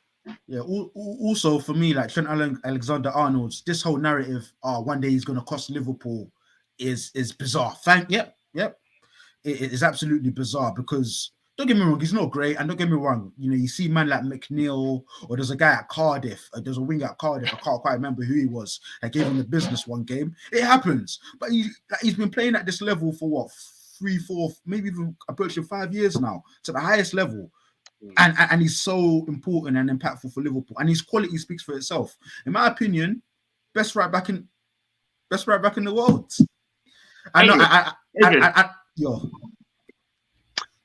Can Trent play anywhere else? I don't care. He plays for Liverpool, and I mean that respectfully. Like I'm intrigued. I feel like for Liverpool, granted, in the way that Liverpool play, the Liverpool style, almost unplayable. Mm-hmm. But when I look at him for like the England team and all that stuff, people try to replicate what Klopp does, and it doesn't come out as well. Okay, but in fairness, Southgate's an idiot. These are facts. No, I think there's a bit more to that, though. That's what I should ask you. If he were to play into another team, any other team, I don't care who, would you see the same impact that he has at Liverpool? Well, I've got 2 points. I think first of all, what I would say is, in my opinion, there are better conventional right backs. Like I do sort of think, Kyle Walker is a better conventional right back. Reece James is a better conventional right back. I do agree. I'm not going to sit here and lie. But when you so what was your question again? Can he play anywhere else? No, any other? No, he's a special talent, and you're gonna have to develop a system to get the best out of him, like what Liverpool do. Yeah, because I agree. Like, as a conventional right back, yeah, he's probably not going to have the same output, and he's probably not going to look as good. But yeah, so yeah, fair enough. It's like the opposite of the Bruno thing when someone said that Bruno is a system, but that's not a good system to have. Whereas Trent being a system, you can get a lot out of everyone else. Even if you if you switch system to help Trent, it won't kill your team. Absolutely. Whereas you try to do that if you do that for Bruno, you will die. I think Trent could play elsewhere. I think it would just take an adjustment period. I don't think it's as simple as him like just putting him in any other team and it'll be like, yes, he's the guy. But I remember, for example, when Tuchel came to Chelsea and Reece James started playing wing back. Reece James was not good in that wing back position. Yeah, for a long period of time. It took a while. Like Chelsea wanted to sign Hakimi to play. Had all sorts. Right wing back. Adamar had all sorts. Reece James was playing right centre back for a bit because him in the wing back role was meaty. It was meaty. He even played there for England in the Euros against Scotland, and nobody remembers that performance because James, quite frankly, wasn't that good. So I think a player like Trent's quality. Give him 3 months to play in a different team. He'll adapt and he'll clock it, man. It's literally a case you put him in a team with a good. I think you need a good manager though, because there are some managers who will put him there, try to do a system, and he'll mess up. You need to actually have a good manager. Yeah. So Frank Lampard has brought on Dele Alli on 68 minutes. Stop talking about that man. That manager in that club is stupid. Move. The Tottenham fans are giving him a good reception. They're cheering him on. That's nice. Yeah, because he lost his legs, unfortunately. So you know what? I saw them doing this, and I was thinking, are they shouting at him or are they happy with him? But looking at their facial expressions, I don't think they was mad. I mean, I don't know. I mean, he's been poor for Spurs for years. But I don't think they can forget the times he brought them. The best times of their lives they've ever seen. Yeah, because and that always makes me laugh when I hear that. Cause it's like this tells you everything you need to know about Spurs. how many trophies did they get in that time? But guys, people think Spurs are bigger than they are, and I don't get it. Like they are tiny. Right, speak on it. No, I get it. Because AD, if I tell you that Leicester have one more in the Premier League era, is that not mad? And one of them is the Big Six, and the other one isn't. In fairness, in the Premier League era, they won more than Liverpool up until recently. But I get. But Liverpool as a whole have had in the years of the Premier League have won at least in Europe. They've won things. Spurs have only won the Carabao Cup or whatever it was called when they won it. They haven't won the FA Cup in the Premier League era. They obviously ain't won the league. Leicester have won both FA Cup and the league in that period of Spurs being supposedly a big club. But this is why I rate Pochettino so much, because he had that team playing, punching well above their weight. Pochettino is a witch doctor. He's a witch doctor. Pulled the wool over his man. He's a witch doctor. Because when we talk about what was that sponsor? Which one?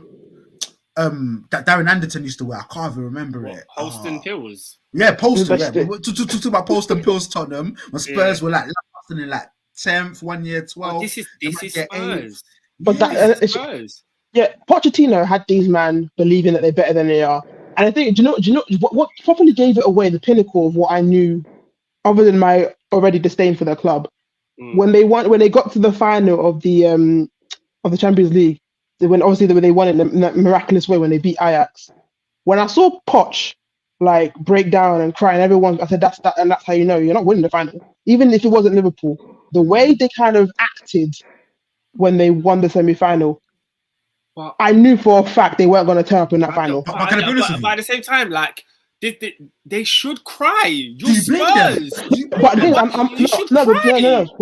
I'm saying is, I'm not blaming them for doing that, but I'm telling you that's the kind of thing. Yeah. Because it's almost like they know that's never going to happen again. Exactly. But this is for me why I'll never understand people's like energy towards a player like Harry Kane, because I'm like, yeah, he wins nothing, but he plays for Spurs. They are perennial losers. I don't care. That one there, he keeps signing contracts. I don't care about him there. He did it to himself. No, it's his fault. It's his fault. But let's just look at the club. Like, this is why I gave Pochettino credit. Oscar, I will say it again. I don't care, because with Kane, he didn't have to sign the contract. He was still banging goals before he signed the contract. He signed the contract. Hold that. That's not what I'm talking about. He needs to hold the fact that he ain't won a trophy. Like he needs to hold that. But in terms of when we judge him as a player or when we judge what Pochettino achieved, like I know Peter is very, very adamant that like he doesn't really rate the Pochettino gas. And I'm like, bro, who the hell was Spurs before Poch? Who the hell were they? And I rate what Poch did, but what I'm saying is, I'm not saying that Kane had to have won the league or the freaking Champions League, but you were also there when you got to Carabao Cup finals, no? You were also there when you got far in FA Cup, no? He is still horrible as every single time I see him in semi-final and final. He's a ghost. Not even about from stats. I'm talking about how he actually plays. Yeah, I'm not talking about how he actually like doing goals and assists. I'm saying how he actively plays in both semi-final and final is a madness. He moves like a Casper, nowhere to be seen. I feel you. Adrian, going back to this Liverpool game, I just wanted to ask, how do you feel that all of the offside rulings are going in your favour these weeks? It seems. Well, obviously, we had a very, very big one, thankfully, last week. Brought so much pleasure to my heart. I forgot what team it was against, though.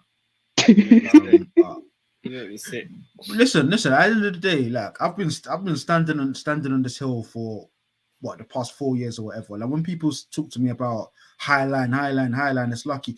Liverpool, and this is why Virgil van Dijk is so important, and that's why Liverpool was so shambolic, this time last year. This high line is designed to catch people offside. That's what it's there for. This high line is designed for us to control games high up the pitch. This high line is designed to get the best out of our wingers because they don't have as much space to cover defensively. This high line is designed so Alexander-Arnold and so Robbo can be up, influencing the game so high. So I think there was a game against Burnley. We caught them offside like 8 times, and then people are like, lucky. Don't get me wrong. Man, Weghorst got in a couple times, man. Don't lie. And the offside flag was promptly raised. Do you know how offside you have to be for the offside flag to get raised in 2022? Anyway. No. As in, he got in a couple times and he was onside, is what I mean. Oh, okay, cool. Like one thing about Liverpool, you always get chances. Even West Ham were caught offside so many times on Saturday. But they got chances that they should have scored. They had a couple, but then this goes back to what I said. I said it at the Spurs game when Alisson made the mistake that he made, and this is why for me I rate Fabinho, Alisson, and Van Dijk so high because Liverpool play such a high stakes brand of football that if you do make a mistake, it's curtains. And I think Alisson is a 1v1 demon. I don't know if you care about expected goals or not, but there's a stat wherein 1v1 he's overperformed expected goals by an astronomical number, and that's why you have a world-class keeper in there, wherein if it does get that far, he's there to deal with it. There's so many times where the ball will come over the top, Alisson's out of his box, he's there to sweep it. There's times he'll come and he'll header it. So with regards to the offside trap, it's such a fine, delicate situation that Liverpool are playing with.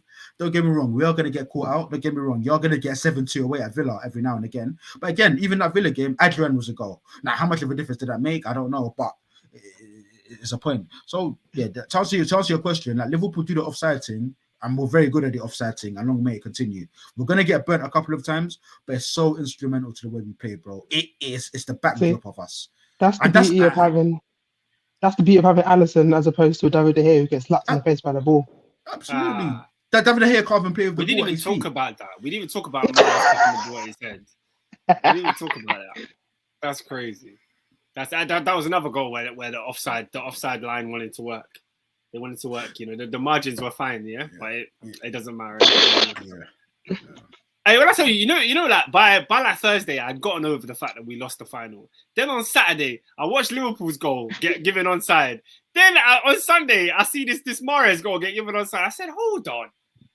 I was over this. The pain it does make the Lukaku one look way more mad because the fine margins, the level of close is a bit mad. But it is. Agenda aside, I don't see how Lukaku's offside. I'll be honest. I'll be so honest. It is what it is, though. It is what it is. Shout out to SW6. He says, Oscar, I hear that. Bostakendo is making great points. Lanzini bottled it. This is why West Ham will get top 4. He also said Fornal should have scored. We got lucky when the high line is crazy. I think West Ham will be kicking themselves that they didn't score in this game. I'm curious about West Ham though, because they've played the most out of the top 4 contenders, right? And then they've got they've got Europa, which I'm assuming they're gonna try and actively, because they're playing Sevilla, innit? So that's going to be a game where they have to actually be able They to have play. to turn up, man. That's And so it's like, I'm curious what happens in this period now. Also, they're still in the FA Cup as well, aren't they? Are they? No, they lost. Southampton beat them. Okay. Yeah, and then I'll be real as well. I think for me, a big question mark and a big fear I had for them, and why I thought they would have made top 4 this season. They've only got Antonio as a striker this year in a Europa League year, and he's a guy. He's injury prone at best, and now I think I heard he hasn't scored since, was it New Year's Day? He ain't scored in yonks. Yeah, man, and he's been playing bad as well. Like he's just been there. He's been a big lump. Don't get me wrong, he'll still run and he'll still put himself about. Like he had a good battle. Yeah, he's a nuisance. He's a nuisance. But yeah, he hasn't been good. Can we move on from Liverpool? Yeah, man. Yeah. There's a lot of football going on, but obviously Chelsea Football Club have been embroiled in a massive news story. Beyond that, it's pretty much beyond football. We played 2 matches this week, one in the FA Cup, one in the league. Won both of them, but they both feel like after stories. Because the news surfaced on, I think it was Tuesday, that Roman Abramovich confirmed he will be selling Chelsea Football Club and looking for suitable owners. We obviously know that this is due to the sanctions that are being placed on any Russian that has close ties with Vladimir Putin. So it's looking like a long day for Chelsea. For me personally, obviously, this Roman era has been the most successful time my club has seen. I was very grateful. I was very grateful for the last 20 years and what he came and implemented. But now I'm looking at the situation and I'm thinking, I don't know what's next for Chelsea, man. I really don't know. Bring me the best American owner you can find. I'm saying run the Yankees. All about cowboys and cigars and beach and knows nothing about football. That is all I can ask. Oh, that is all I can ask. Please, because let's not about Roman Abramovich has been the best owner of football for the last, I would say 15, 20 years. A man that actually cared for a club that I've seen more than anyone else. Yes, you can talk about City, they're owned by a country. Yes, we can talk about Newcastle with their new owners. We don't know what they're going to do yet. But for an owner that is an actual billionaire that completely cared, turned up to games, wanted to see his team win without any costs. Yeah, man, Roman's done everything for that club. Wrote off the debt as well. Exactly. Yeah, that says a lot. Yeah, that's probably the biggest thing. Chelsea owed him about in excess of 1.5 billion. So that would have been on top of the fee, which is rumored to be around 3 billion for the club. That just means he has silly money. How are you just writing off 1.5 bill? He just wrote it off. Well, for Bants. He wrote it off. That's crazy. Yeah, man. I think it shows that like what Robin's saying is kind of true. I think he was always at Stamford Bridge. Like we know what my man looks like. There's certain clubs I don't know what their owners look like. I don't know who they are. So Roman was always there. You know, even when Chelsea win a trophy, like the Club World Cup, he was there. He was in Abu Dhabi celebrating with the players. So yeah, it's sad, man. It's sad. Obviously, Chelsea fans had to go and ruin it. In our game as against usual. In our game against Burnley, there was minutes applause for the victims in Ukraine of obviously what Russia's currently doing now. Chelsea fans decided to start screaming Roman Abramovich. Fantastic fan base you have right there. I mean, I'll be surprised. No, not at all. Add Ukrainians to the man that can't get on trains with Chelsea fans. I'm not even disappointed at this point. It's you're second to only Millwall, in my opinion. Do you know what? I can't even argue, bro. I hear that, bro. I hear that still. I was thinking like, who's the other club that's just as bad? Nah, man, that's us. That's like us. Even West Ham is more boisterous. It's not nasty. You know what I mean? Yeah. Like, don't get me wrong. They have fisticuffs, but Chelsea is nasty, bro. Yeah. No, it's scummy. It's because they're posh boys. People want to pretend. It's because they always get mad at like the quote unquote chav lot, but then it's like Chelsea because they're supposedly meant to be the posh boys. They want to pretend like there's something different. Yeah. No, it's a fact. I'm glad I didn't go to flipping Burnley, man. Gosh, that would have been scummy. I'm so glad I didn't go. But on to the football. Chelsea did beat Burnley 4-0. Boss Latendo says, Oscar, good performance from your boys in the second half. Kai coming into his own with 4 goals in 5. Reece James, top player. He's elite. Hey, having Reece James back. Oh my goodness. That I don't think our season would have been the same if Chilwell and Reece James didn't go down the way they did. And Reece James in particular. I agree. He's a special talent, man. He's a special talent. C1 says, my right back, Oscar, tell me what fullback scores that goal. I'm waiting for the answer. Is he not? What? No, the answer is no. He is one of the best English talents, best Cobham talent by far. My good right kid. back. Good kid. Why does that sound like condescending? What do you mean, good kid? He's a good kid. I actually like James. I'd like to point out. Yeah. No, I thought you were just like, oh, he's good. Probably is the best to come out of Cobham, to be fair. Because as much as Cobham has produced players, it's like Premier League level players. I don't think there's been anyone like world class or exceptional. So Reece James is the closest one if we're talking about a world class talent. Yeah, because people can lie about Mount. Yeah, it's not Mount. Oh, it's definitely not Mount. What's that Dolly Parton wig he's got on anyway? Oh my gosh, Mount's head. The Peggy Mitchell. Atrocious. Yeah, no. I think he's trying to grow it, and he's in the growth period. I feel like all the man them have been there. You know what I mean? Fair enough. Yeah, no, you know when you go through the growth, you're trying. You want to get to a certain style, but you know that style is 9 months away from where you are. So you have to you just got to hold it for 9 months. That's why I don't know how Wimbo hair works, so I don't know what he's doing there. Yeah, I don't know, man. I don't know what he's trying. SW6 says, when we had Reece and Chilwell fit, we were top of the league. Yeah, this is true. I don't think we would have won the league with those two, but I think we're 10 points behind Liverpool right now. Where's Chilwell in his recovery? How far away is he? Chilwell's not playing this season. Oh, okay, no man. Then. Yeah, he was always out for the season, so I don't actually know. Okay. I don't know the months. What's it? Because I had a weird thing. Because apparently they didn't want to do surgery because he might be back in. Was it 4 months? There was something like if he didn't need surgery, then he could have come back earlier. But he had the surgery. He needs surgery.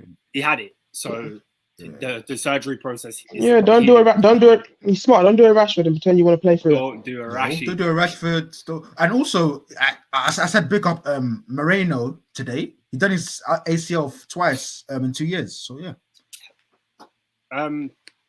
Tenton says, Oscar, I heard Chelsea has the least supporter amongst London clubs. Is that true? And then he says, I mean England. I don't think that's true of either, but I don't know what you mean. I think I saw a graph that I think it was showing each city in England and the highest supported club in each city, and it was Arsenal for London. Oh yeah. Arsenal has more fans than Chelsea. That's nothing new. It's like that is not new. No, but I don't know how old Tenson is, but I think a lot of the people I speak to that are quite younger, they genuinely see Arsenal as a bigger club. Sorry, Chelsea as a bigger club than Arsenal. And not surprised there. They've been better. They're shocked when I tell them like, no, Arsenal's fan base is bigger. Arsenal are a bigger club globally. Like we're not at that level yet. Like we're really not. But I think I think they conflate better with bigger.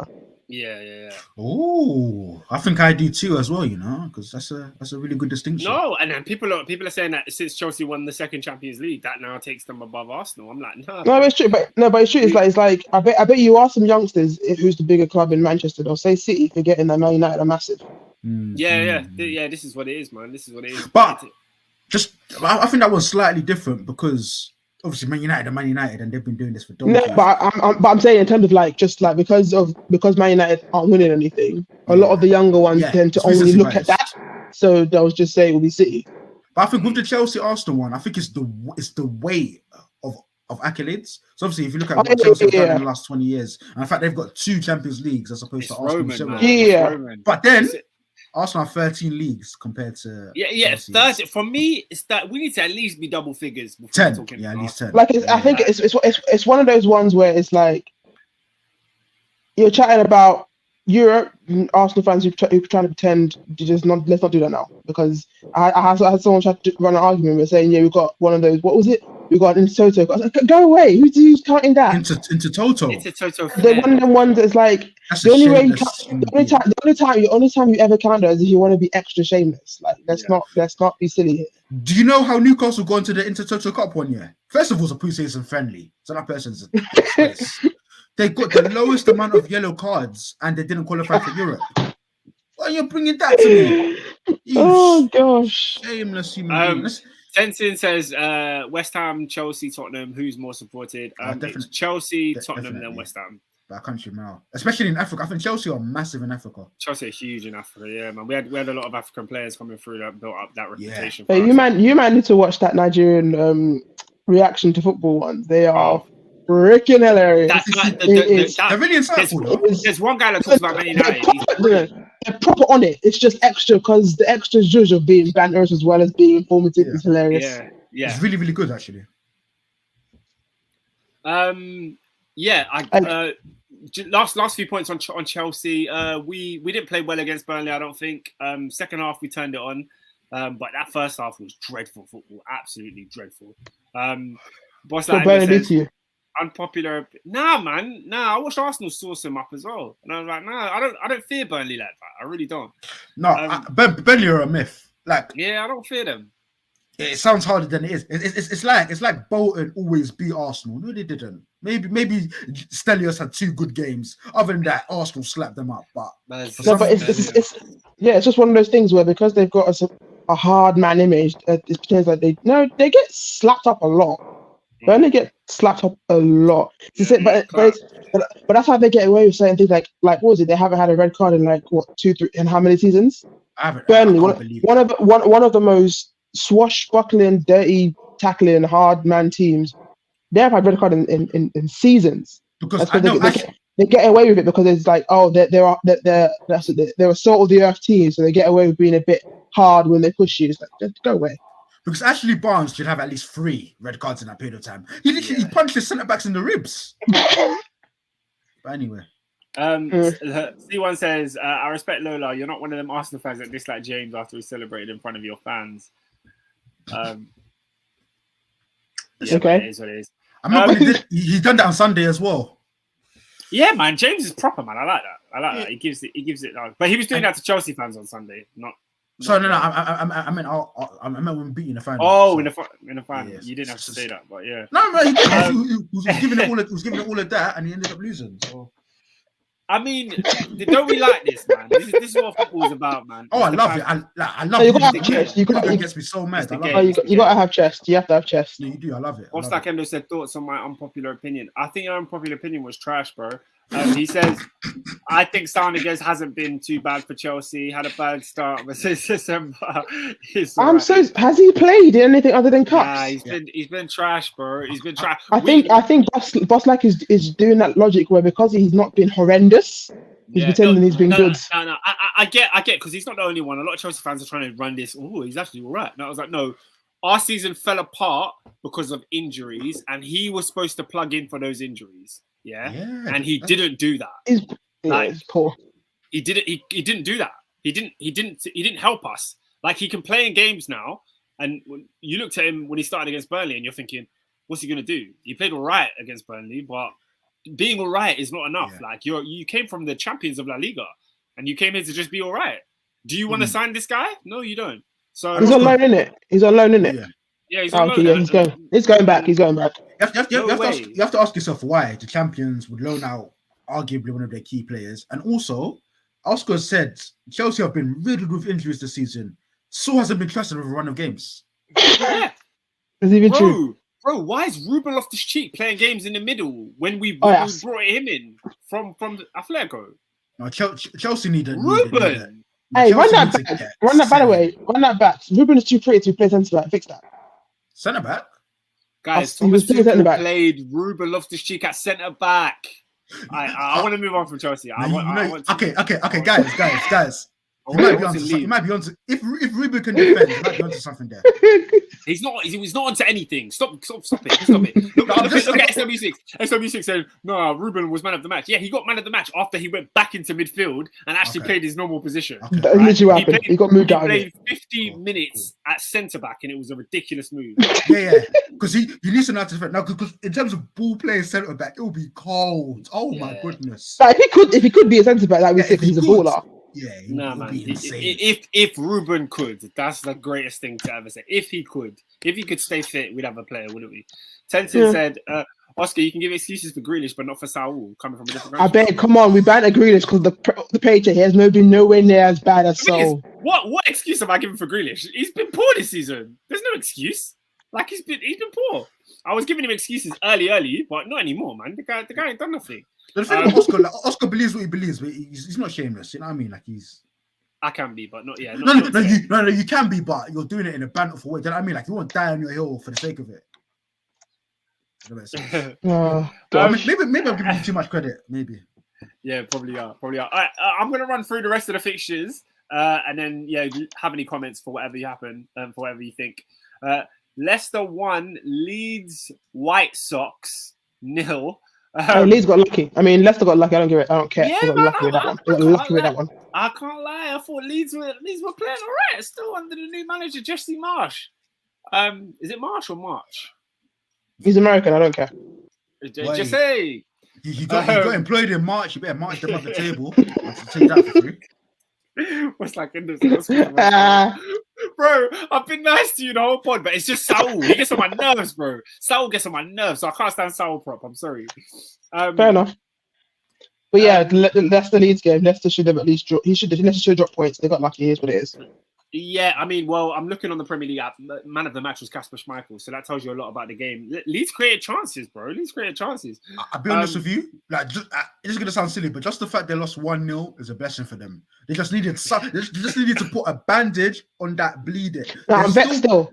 They're still. They was getting popped every week. No, I'm vexed still. We already beat them. I needed double times spanking Leeds. We only did it once. I need it twice. Now we've got a chance to do that. Wait, have you not played them again? You only played them once. Yeah, we haven't played them twice yet. Yeah, we played them once. So annoyed. We got to play them again with their new manager, man. Do you know what that's like? You know how the London riots lasted for like 4 nights, yeah? Lola has to come in the 5th. And everything was boarded up. Because I'm annoyed. Same thing with Newcastle. Because all these men were moving dead, and then they decided to go get better afterwards. I needed you to be dead until I played you. Yeah, I feel you. Moving on, Aston Villa 4, Southampton 0. Big one. That was coming because it's one of those things. You know, when Southampton have been such a good run of form, they were bound to get. They're waiting for a loss. Yeah. Ralph Hasenhüttl eating big numbers again. Crazy. It's such an interesting game. He's fine. Aren't they like 10th or something? No, they're fine. But it's just. You know, we mentioned it when it was Bielsa. He constantly get beat by these big numbers. Not as common for Ralph, but it's happened again. Yeah, shout out to Coutinho, man. He was sourcing. He was doing his thing. Quick question. Has Buendia been playing? Buendia did not start this game. He came off the bench. I have to hold my hands up.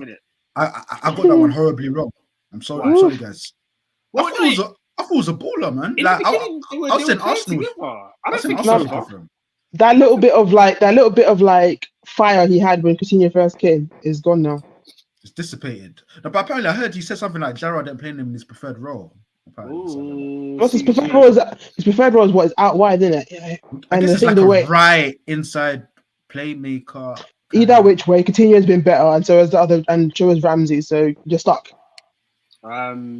Tensi says Aston Villa striker, which Arsenal fan wants, lacks a lot of skill set to play for a top 4 team. Are you talking about Ollie Watkins? No good. Nope. No, thank you. Not good, no? No, not for what Arsenal want to be. Like Watkins, Watkins. Watkins is what? He's 26. The amount of inconsistency he is. He's a good runner. Like he'll press you, and he's a nuisance.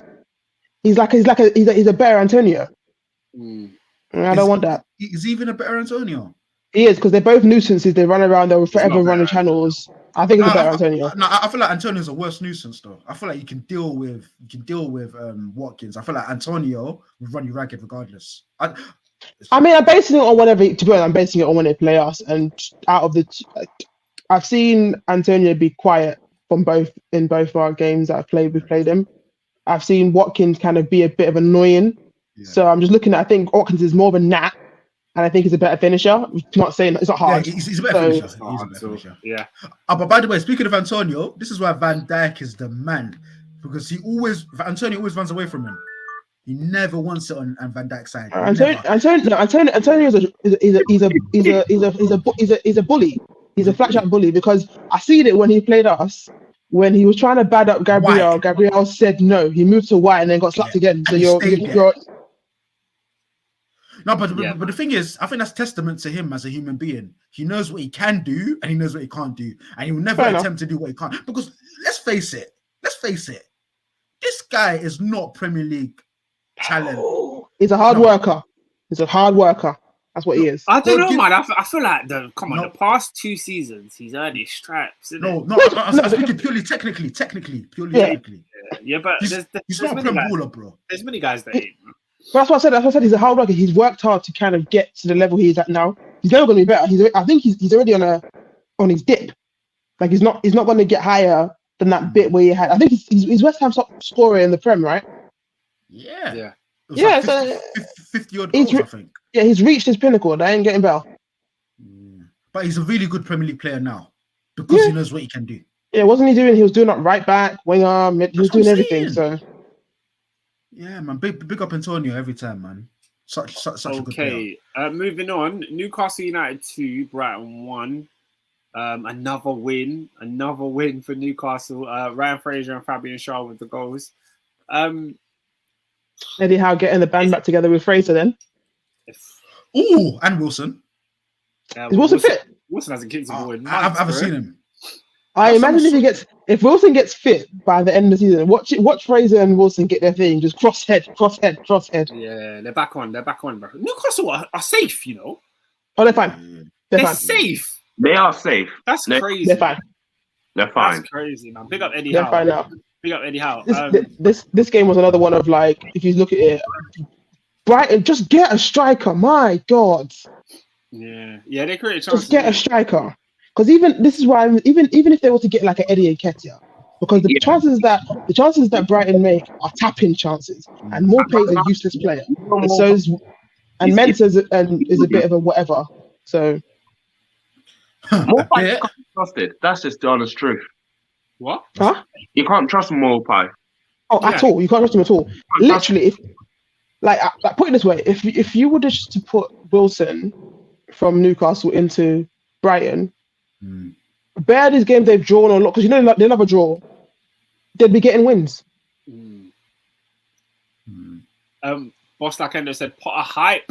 Watch him turn up against Liverpool on Saturday. Ooh, are you going away to Brighton? Away. And this is why I say, you know, if we don't win the league, we've bottled it. We were 2-0 up against these guys at home, and the game ended 2-0. Yeah, they drew. Yeah, man, that's a tough game. That's a tough game, man. No, listen, bro. There's no such thing as tough when you're competing for the league against Man City. You do what you got to do. You go there, you win, and you go home. No, bro. We lost the league with 97 points. We know what we're dealing with. Yeah, but you know when Trent won the League Cup, he put 1 out of 4. So we're still fighting for this title. That's basically what he said. Yes, so am I. And that's what I'm saying. When you go to Brighton, you win. You don't dilly, you don't dally, you don't romanticize it.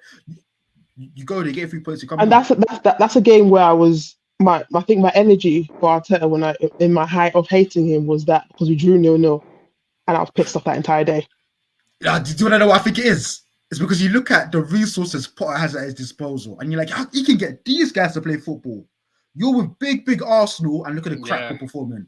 Yeah, man. No, I pulled out that day. I remember. I feel the same thing when I watched Chelsea. I'm just like, you can't tell me that players like of this quality can actually string attacking passes together and move.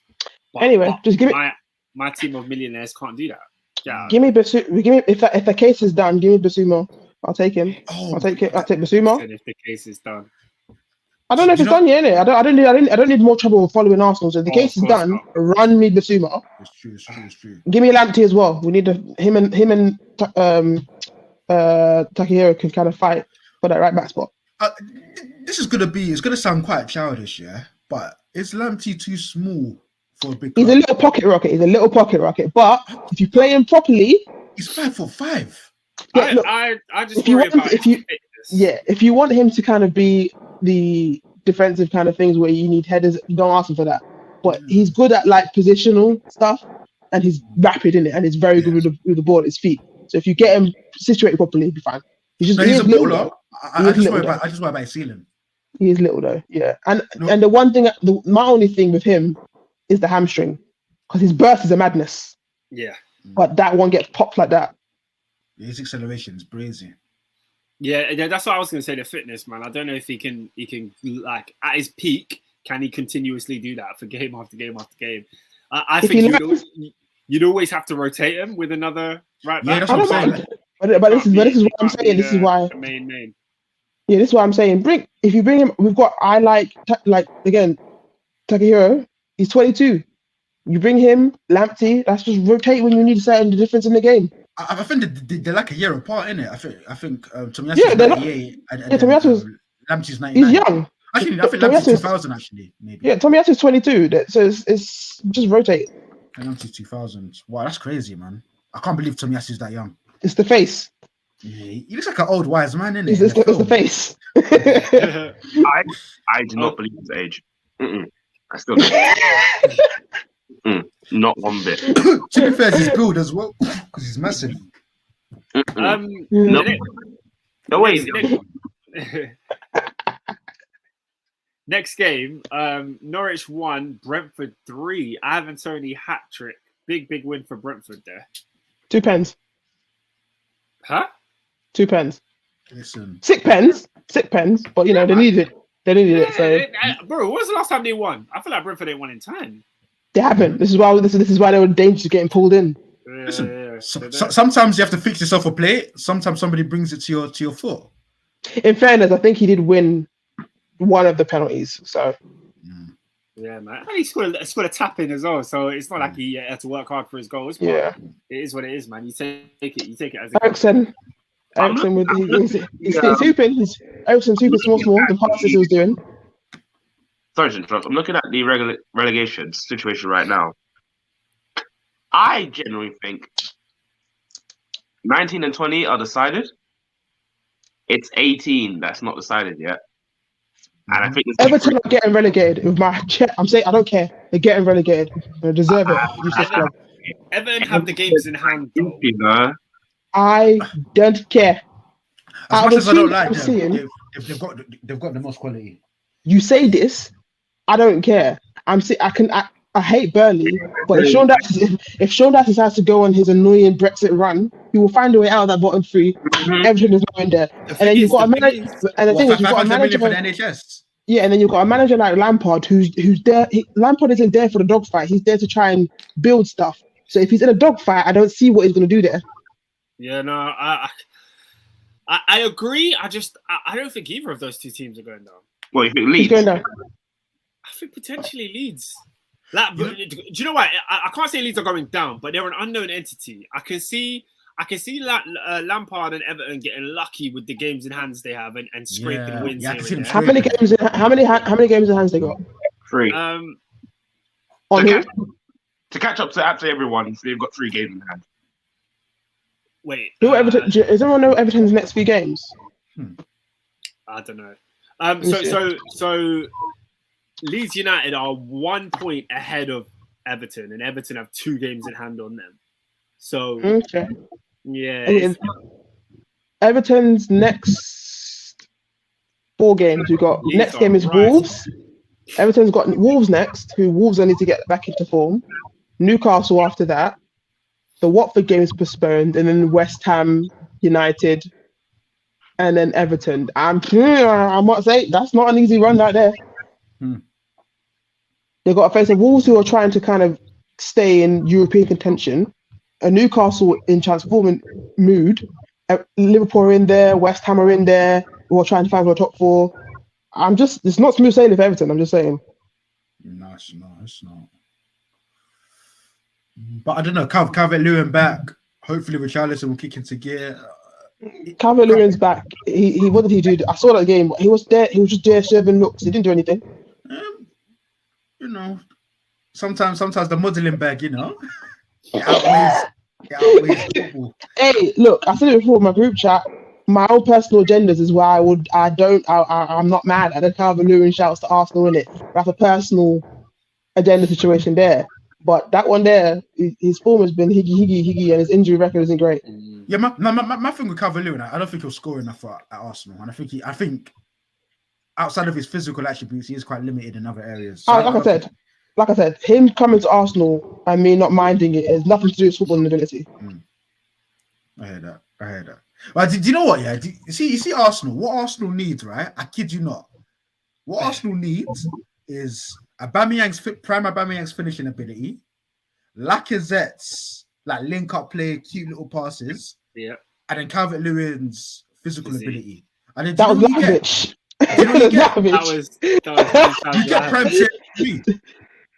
We ain't getting Thierry on me, but you know what I mean? Though, that sort of skill set. Yeah. But what we needed was Blakovic, who did not want to come. So he was on it.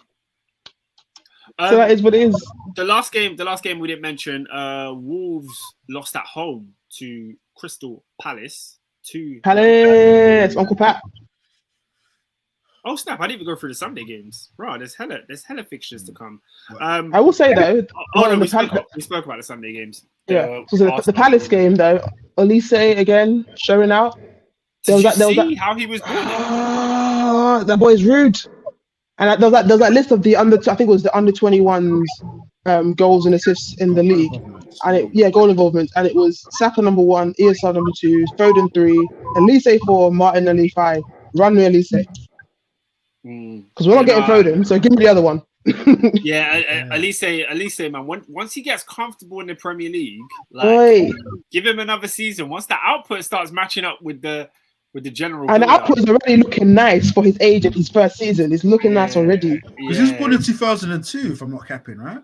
Yeah, he's still a teenager. I'm pretty sure. He's a young kid. Listen, man, I'm not being funny, like, because let's be honest, like, seeing Alicia at Reading last season. It's not rocket science that the kid's got something. Like, we need to see more gambles. We need to see more gambles, man. Yeah, man. And it's so interesting because the one gamble that Manchester United took was obviously Dan James. And you're like, teams, bigger clubs need to look at the Championship. But do you know what it is? I can't speak for everyone else. I know my club doesn't know how to nurture players. No, but the difference between we sign an Elise, he dies. Yeah, not only Championship though, but looking at like lower league stuff, because whenever I talked about like United, their choices have been higgy, like Dan James. I think it's just knowing who to pick, because like even the Martinelli one, he was like the 4th division in Brazil. That is insane.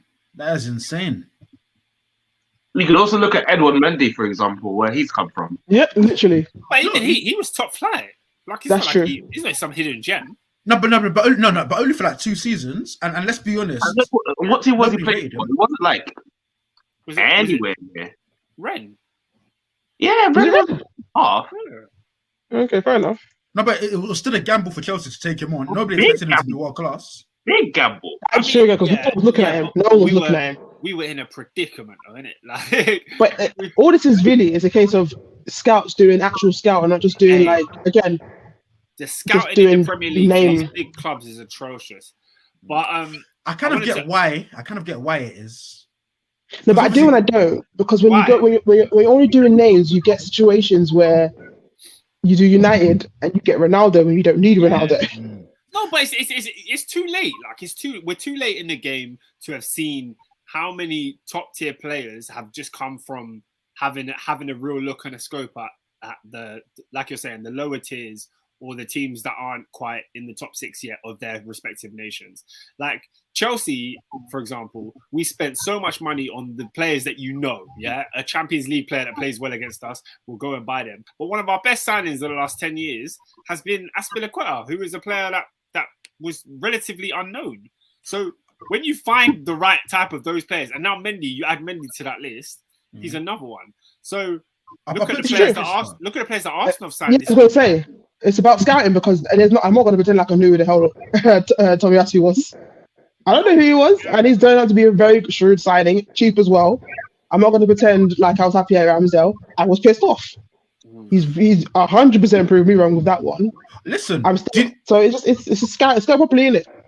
no, but then again, because like we talk about gambles, okay, but let's say like Rob, would you say let's go all in on Jonathan David? Let's make him your number 9 to fight you to the promised land today. Would you say that? I think he's No. I think he's That's what I'm saying. Like it's too much of a gamble. Because That's that why is teams a don't do it. weird situation. Even though he's doing well for Lille, I wouldn't even make that gamble. Not for Yeah, us. but He's he could. bro. Jonathan David is cold. Of course. What, He's- 50 million pounds? Yeah, bring him. To be honest, we've got to kind of like gauge it towards what costs what, because like again, 50 mil for a striker, it's not mad money when you think about it in a wider scope of Really things. not. It's not mad money.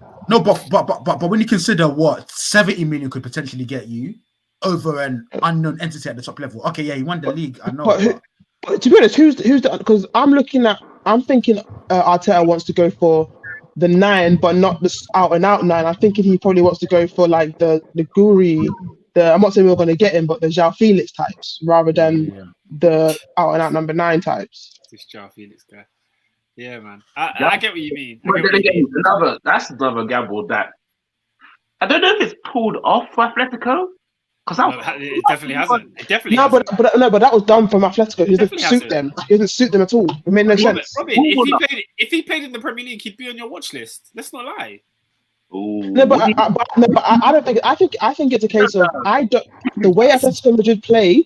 I think they thought that João Felix was Griezmann. I don't think they're the same type. It just didn't fit, in my opinion. Clearly not. Clearly got it wrong. That's what it is. I think it's just a case of it was a poor choice. They spent big money and it's going to cost a lot to. Yeah. I don't even know what his contract's at, so it is what it is. They're stuck.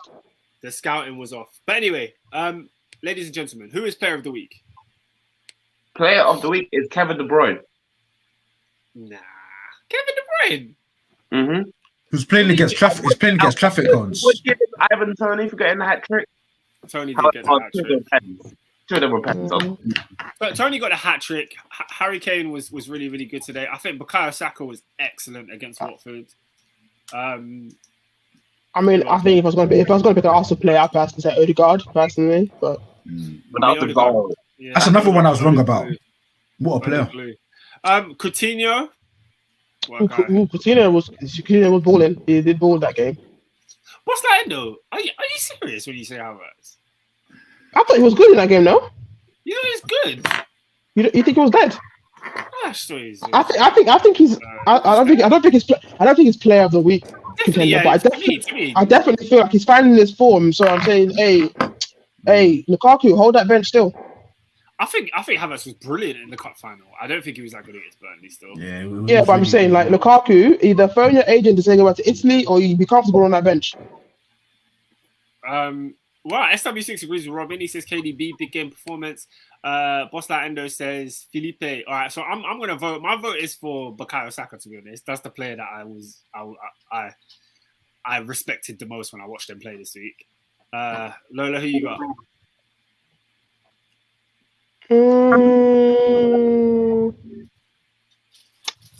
I'll go Saka. Okay. Robin, are you sticking with Kevin De Bruyne? KDB. Adrian, what are you saying? Who's your player of the week? I like it. Oh, Saka and Emma Smith Rowe. Yeah, let's give it to Not Emma Smith Rowe. He didn't play. He never really does. Hey, when they're back on the pitch again, it's gonna be beautiful. Boss Endo says Riyad Mahrez for that third goal. Hey, that's goal of the week. We're about to get to that, bro. He's got 20 goals this season. This is where being in Bear Cups helps. Yeah, it's true. Yeah, because I saw he's got 28. Those are AFCON goals as well. They're counting the AFCON. We got AFCON as well. Did he even score in AFCON? I don't know, but there's no way he's got 20. Sierra Leone locked him up. He was so ass in that. He was so poor in that tournament.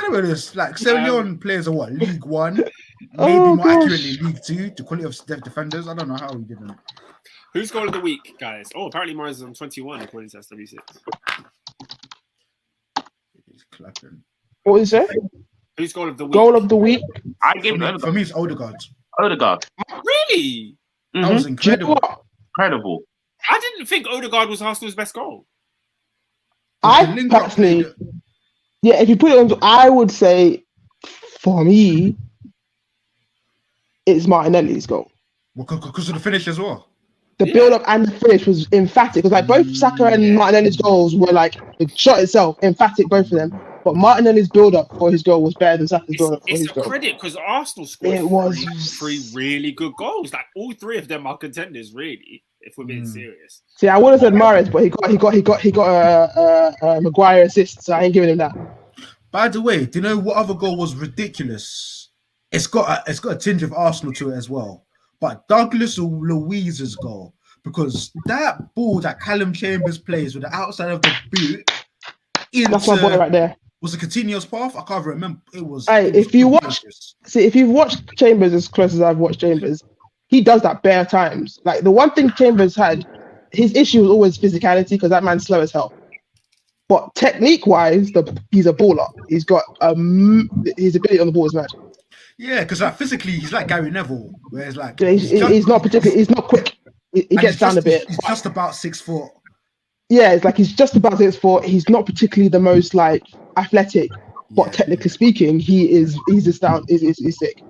Because if he was 2 inches bigger, he'd be a centre half and he'd probably be okay. But he's not. Yeah, So. the thing is, he is meant to be centre back. Yeah. He is meant to be centre back.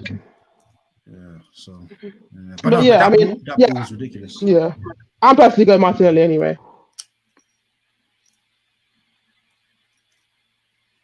Oh, raw. I think you're muted, bro. Are you on mute? Yeah, man. I think I had to sneeze real quick. one goal we didn't mention was Reece James. That was nice. That was nice. Yeah, man. C1 saying Reece James goal of the week. Obviously, he was going to say that because that's his boy. But yeah, he sent 5 players and the cameraman. I can't lie, man. We're getting twists left, right, and center for that. It was nice. It was nice. It was back and forth. But the thing about him is that you know he can shoot on either foot. So you have to. It's a problem. block It's a it somehow, problem. Yeah. It's a problem. Guys, level performance you taking, James or Alexander Arnold? Let's like just say a name. Let's have it right. What for this week? No. Like in peak, like in you history, mean? like no level of performance. Who you taking? You take Trent because Reece James hasn't arrived yet. Basically, who's better of the two as we speak? Oh come on, man! Like Reece is not on. Yeah, like I think Trent is like the better one. But if I was to pick who I'm taking, I personally prefer the way James plays. No, That's a like, personal yeah, thing. that's though. factor in physicality as well. That's Like, me you too. factor- Yeah. and defensive ability as well. Yeah, that's just. But like obviously, who's the better one? It's Trent. But if I'm taking for who I prefer, I'd take Reece James. Yeah, like Adrian, you know how you were saying I'm not shameless. The reason I say I'm like I can't be shameless is because Trent has been doing this for like 4 years. 4 years. Like Christ. he's been doing it for so long. Like I'm gassed because Reece James has arrived now. Like SW6 is saying, Reece hasn't arrived. Question mark. He's definitely here. It's like, bro, but Reece didn't really have a full season until this year. Like last year it was in and out, bad form, good form. Like this year is the first year where I'm like, every time Reece James has played, he's put in 7 out of 10 or above. Like, so I'll let Reece build that before I put him over Trent. And Mahrez is. That is my only reason. I feel like I need to see Reece James more. I've seen enough of Trent to have an opinion of him. Yeah, we know what Trent's like for a whole season. He broke his own We know record yesterday, by the way. What was that record? Do you want to tell us what it is or do you want to dance? Just saying. What was his record? No. I said Trent, he broke his own assist record as well. Okay. Sunday. Oh, the assist record. And also, there's a list of fullbacks with the most assists since 2012. Bearing in mind, Alexander Arnold was 14 back then, and I think first was Alba, second was Robertson, third was Trent, fourth was Marcelo, and then fifth was Dani Alves. So. Fair enough, for him. Trent. C1 says, in my opinion, Trent is a better footballer, but I think RJ will be seen as the better right back. Okay, that's my opinion, by the way.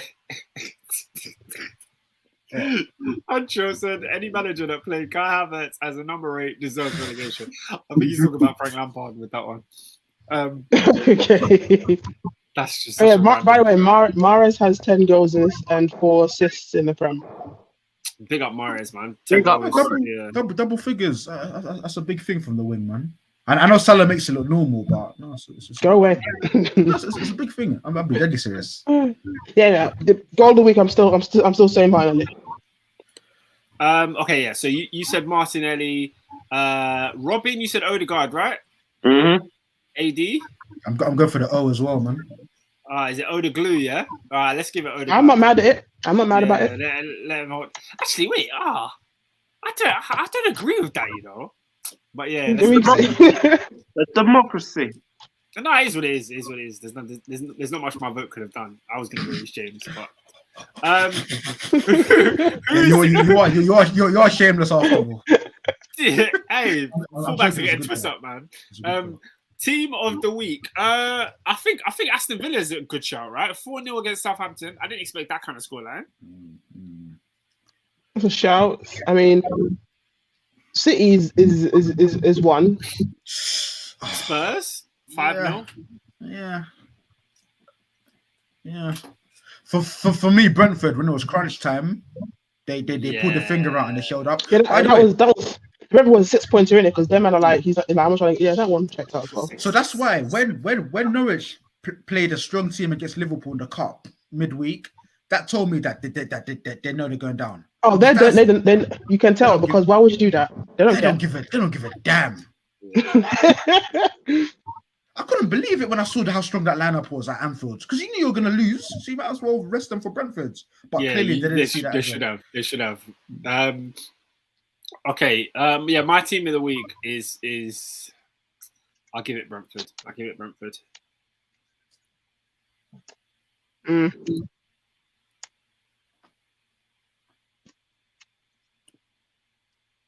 I'm giving it to City. So I was going to say I'm still going to go City because Brentford. Good for them. No. Yeah, man. Fuck.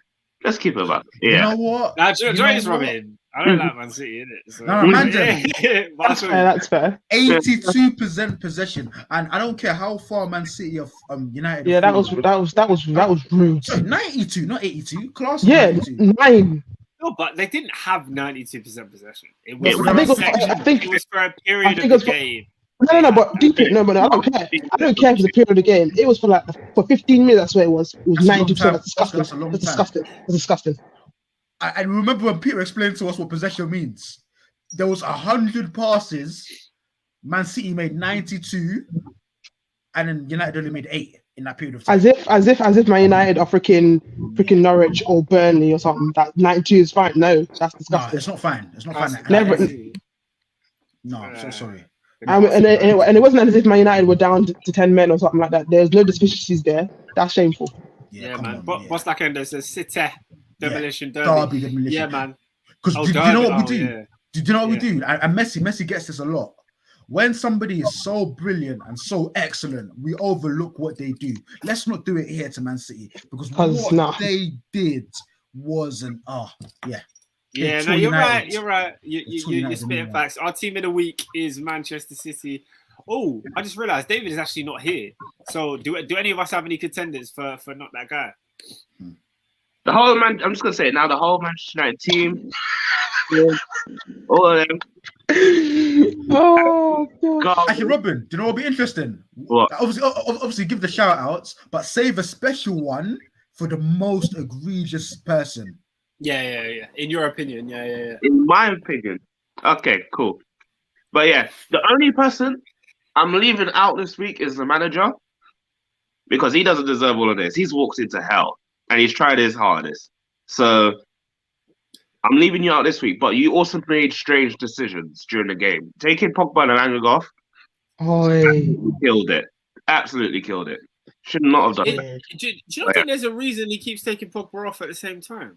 Because do you know why? Because he got lucky in the other ones, and so he assumed the same thing was going to happen against City, and he got taught a lesson.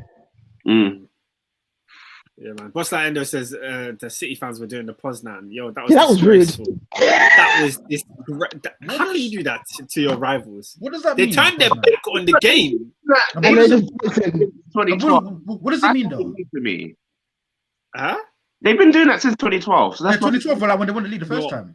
Do they do it every day? They don't do it anymore though. I haven't seen them do it. To be fair, I haven't seen it in a while. To be Yeah, fair. But this is not the but I ain't seen them actually do it Yeah, in I a ain't while. seen them do that in a I long haven't seen it time. in a while. I guess I haven't paid attention, but because I don't really watch it like that because they're kind of boring. But I haven't seen them do the puzzle like that for a minute. But it doesn't. When I think of the Poznan though, I just think of British colonization.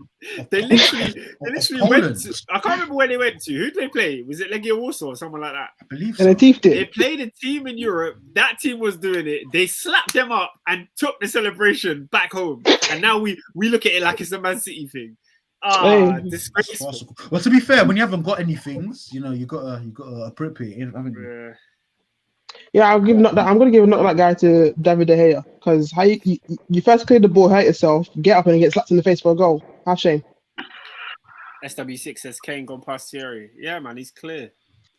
I mean, After you were fighting for clear, you decide to use it now. It wasn't me that was fighting. Who was fighting? I think it was Robin. It was Oscar's Ernest. bad, you know. Nah, I'm Oscar's joking. I'm bad, man. joking. This is Now, why what I'm saying, I said it before. I pray. Until I see something weird, I'm saying goals for what? No, I just pray an American cowboy takes over Chelsea Football Club. That's all I ask. I can't have this behavior forever. Ah, man. The thing is, I don't even know what to want. You know what I mean? Like, I have no idea what it takes. You don't want Americans. You don't want Americans. Stay away from Americans. I'm seeing don't Chelsea want fans Americans. on my timeline saying, "Oh, please, let's get Saudis, please." I was like, "How do you know that Saudis are good owners? Like, you don't know what's going on with any of these." no, countries. because in fairness, like money is disposable to them. Because Like, we've seen it. they'll actually spend the money. Yeah, Paris, but like, we've seen it with City. But if we end up in the same situation again, some war breaks out and our owner's got to leave. Hey, because look. Forest has got- It's long, man. It's either find either you get Americans, or you find a country, or you try and find some British guy who's gonna ruin your club like a Mike Ashley. Pick one. Pick your poison. Or number 4, and this is a wild card. Roman just gives the money to one of his boys. Yeah, Oh, I think he thought. I think he thought of that, and it didn't work. Yeah. Yeah, I think that was the whole thing with the stewardship. The stewardship kind of proved it wasn't gonna work. The device he's got, he said he needs to dip. But Boss Like Endo would like to know: is De Gea the most overrated keeper in Premier History? Completely disagree. No, he's not. He's falling off of a cliff. the most He's overrated not. right now, you would say, is the Everton goalkeeper, because somehow he still keeps England number 1. Well, the thing is, like, if you speak to anyone, I don't know anyone who rates Jordan Pickford. No. The thing is, no one rates Pickford apart from when he plays for England because he's generally quite good for He's England. decent for England. Yeah. Yeah, but like when he plays for England, we're like surprised. No one rates him as an actual keeper in terms of. That's why. Anyone that I actually speak with about football, I don't think no one rates. That's why when Dean Henderson had his thing, they're saying, "Ooh, can someone finally take over Pickford?" With Ramsdale now, they're doing the same thing. They want Pickford gone, so that no one's rating him like that. I'll take Ramsdale, man. I'll take Ramsdale. Yeah. No, but De Gea in 2017. He's not overrated. He's not the most overrated. He's definitely. I think he's overrated dropped. now. Yeah. No, the thing is, he's dropped I think his he's good levels, this season. but he's not overrated in Premier History. Come on, that's too far. No. I saw Nah, a he's been- compilation of him yesterday. I said, flip it. No, but the thing is, De Gea is shocking. By the way, De Gea is shocking though. Like he's garbage yesterday. he's getting away with Lloris stuff where because he does shot Yeah. stopping, they want to pretend like he's actually being sick. His distribution is nonsense. His passing is nonsense. His decision making is nonsense. There's one time he kicked it to a City midfield player and then they had another attack. Yeah, I heard that. Yeah, he did it all the time, every single time. Yeah, there's like a compilation of like 5 minutes for it. Yes, I was talking about that. I would. would like to know, would you take Gabby? You would? I would. I was talking about it before. I would. Yeah.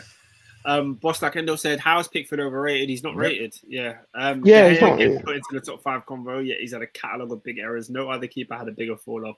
Always gets beaten at the near post. Fair enough. Do you know this? I think Lloris has been rated more. Than Lloris is my shout for overrated keeper. He's overrated. Robin, that's another shout. Still. It's not, I'm telling you right now. It's only because he it's the World Cup. It's because it's France's number one. Because he's not that good. He isn't. He's a shot stopper, but everything else, he's a madman. Even in the World Cup final, yeah, He was moving stupid. It's what he does.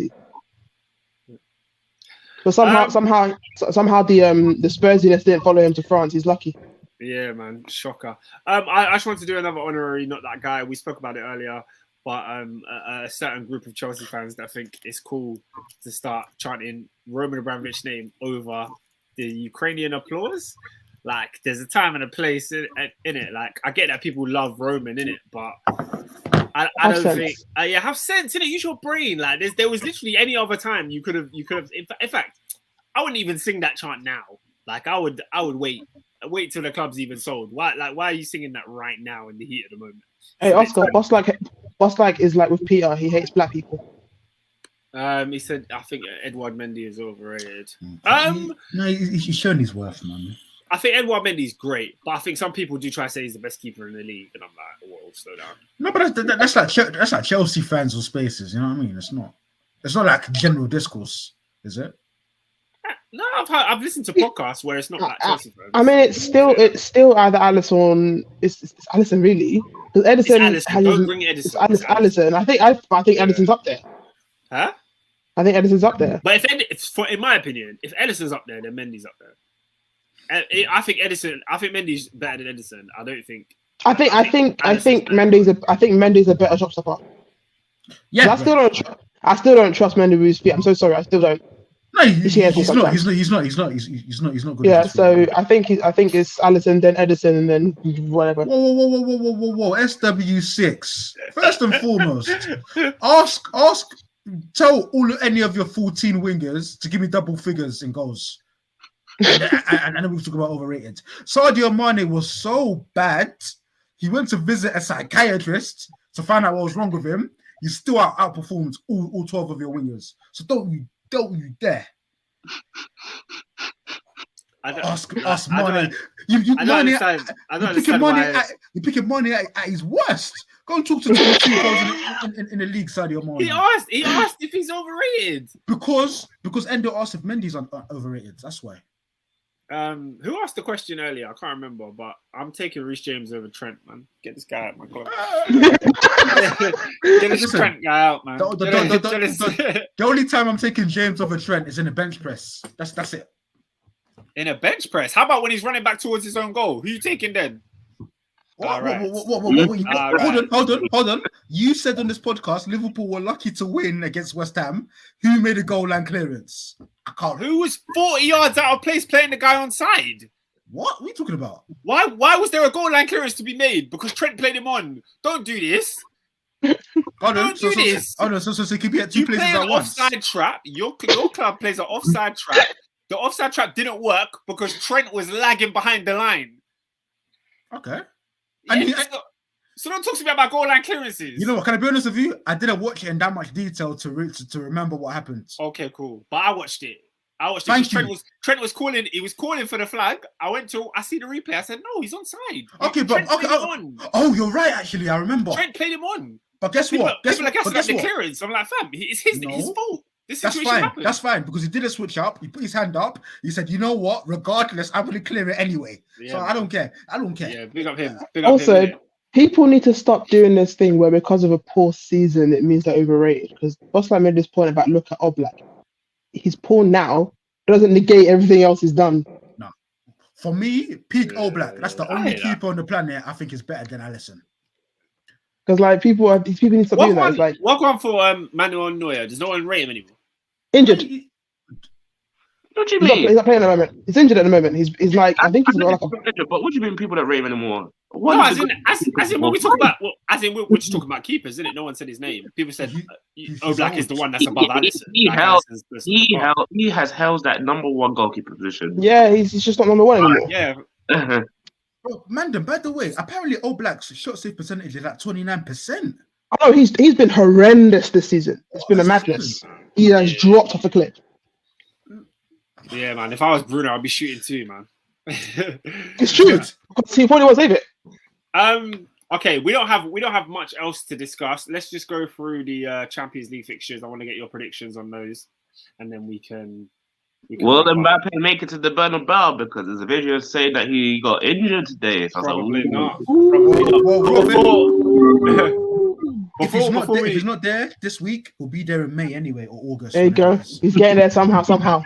Yeah, man. I mean, we're there. So we may as well talk about it first. On Wednesday night, Real Madrid versus PSG. Who you guys got? Obviously, PSG 1-0 up. No away goals. You know what? It's Ben's back. You go through. It's Ben's back. There's no Luka Modric and there's no Cruz, I believe. Is Benzi there? No, it's Ben's back. I think Benzi is there, but I think the league midfield. I can't lie, yeah. No Mbappe, I don't trust PSG to do anything. Hey, yo, PSG were trash. I don't trust PSG to do anything without Mbappe. They were trash without Mbappe on the weekend. I can't lie. Yeah, they lost to Nice, and it wasn't like some kind of media when they lost to Nice. It was They got beaten. Yeah, it was 1-0, but they lost. No, guys. I want to know how they always end up winning the league by 24 points, because it feels like they lose every 4 games. Because they're doing enough of that. They do that annoying thing where they stack up the wins early. Everyone else kind of what's everyone else doing? Every other club is doing their kind of this at the start. Them man are just doing this, and then they'll eventually even out. No, but that time they've already cleared it. You guys get what I mean? It feels like they lose like on the TL. The league is It's a because I've been watching Ligue 1 more because I'm watching Marseille. I'm watching Marseille in it, so I'm watching it more, and I'm thinking they just win games, and they haven't been great, but they've won a lot early enough, and when everyone else was moving mad, that they just cleared off.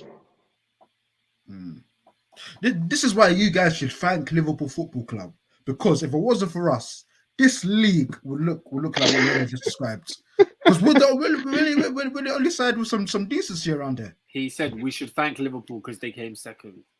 Because we're making this league competitive. You guys are like 34 points behind Man City. You guys want to talk about the SPL? You want to? I mean, this league is the same thing as Bundesliga. Is the same thing as League. It's one team that will most likely win it. Maybe a freak-off one, where the other one will win it. It's the same. They're all the same. But no other league has got a team like Liverpool fighting, trying to restore the dignity of football. They did for a moment. It's just the seasons changed. Before it was Dortmund and doing this. It's the same thing happening now. It's City and doing this. We're the constant. We're here. Even when we're not here, we're here. Okay, but you're not constant when you're not losing 6 games at home in a row. Oh, sorry, mister. Yeah, we were top of the league, but 2 players got injured. And now, 4th. Oh, sorry. Okay. You like a Boss Endo said Real Madrid 2, PSG 1. Pessi. I think Real Madrid win it. This depends on. Boss Endo, can you actually give us a prediction here? Because that goes into extra time.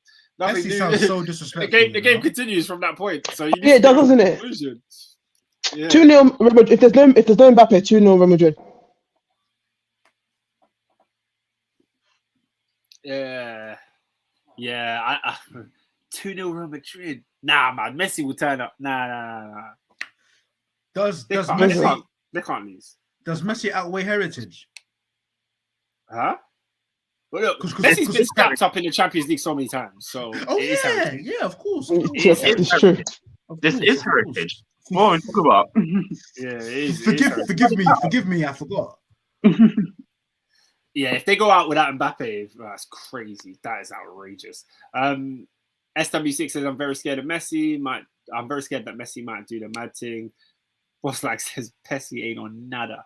I can't lie, Messi's been amazing in Liga. I know people want to talk about his goals and that, but when you watch them play, the passes this guy pulls off, like he's still got it, man. He's still got it. And that's the difference between he's got something. He's got something. He ain't got it as he had, but he's got something. They said Oscar still believes in But Pessi. do you know what we have to remember as well?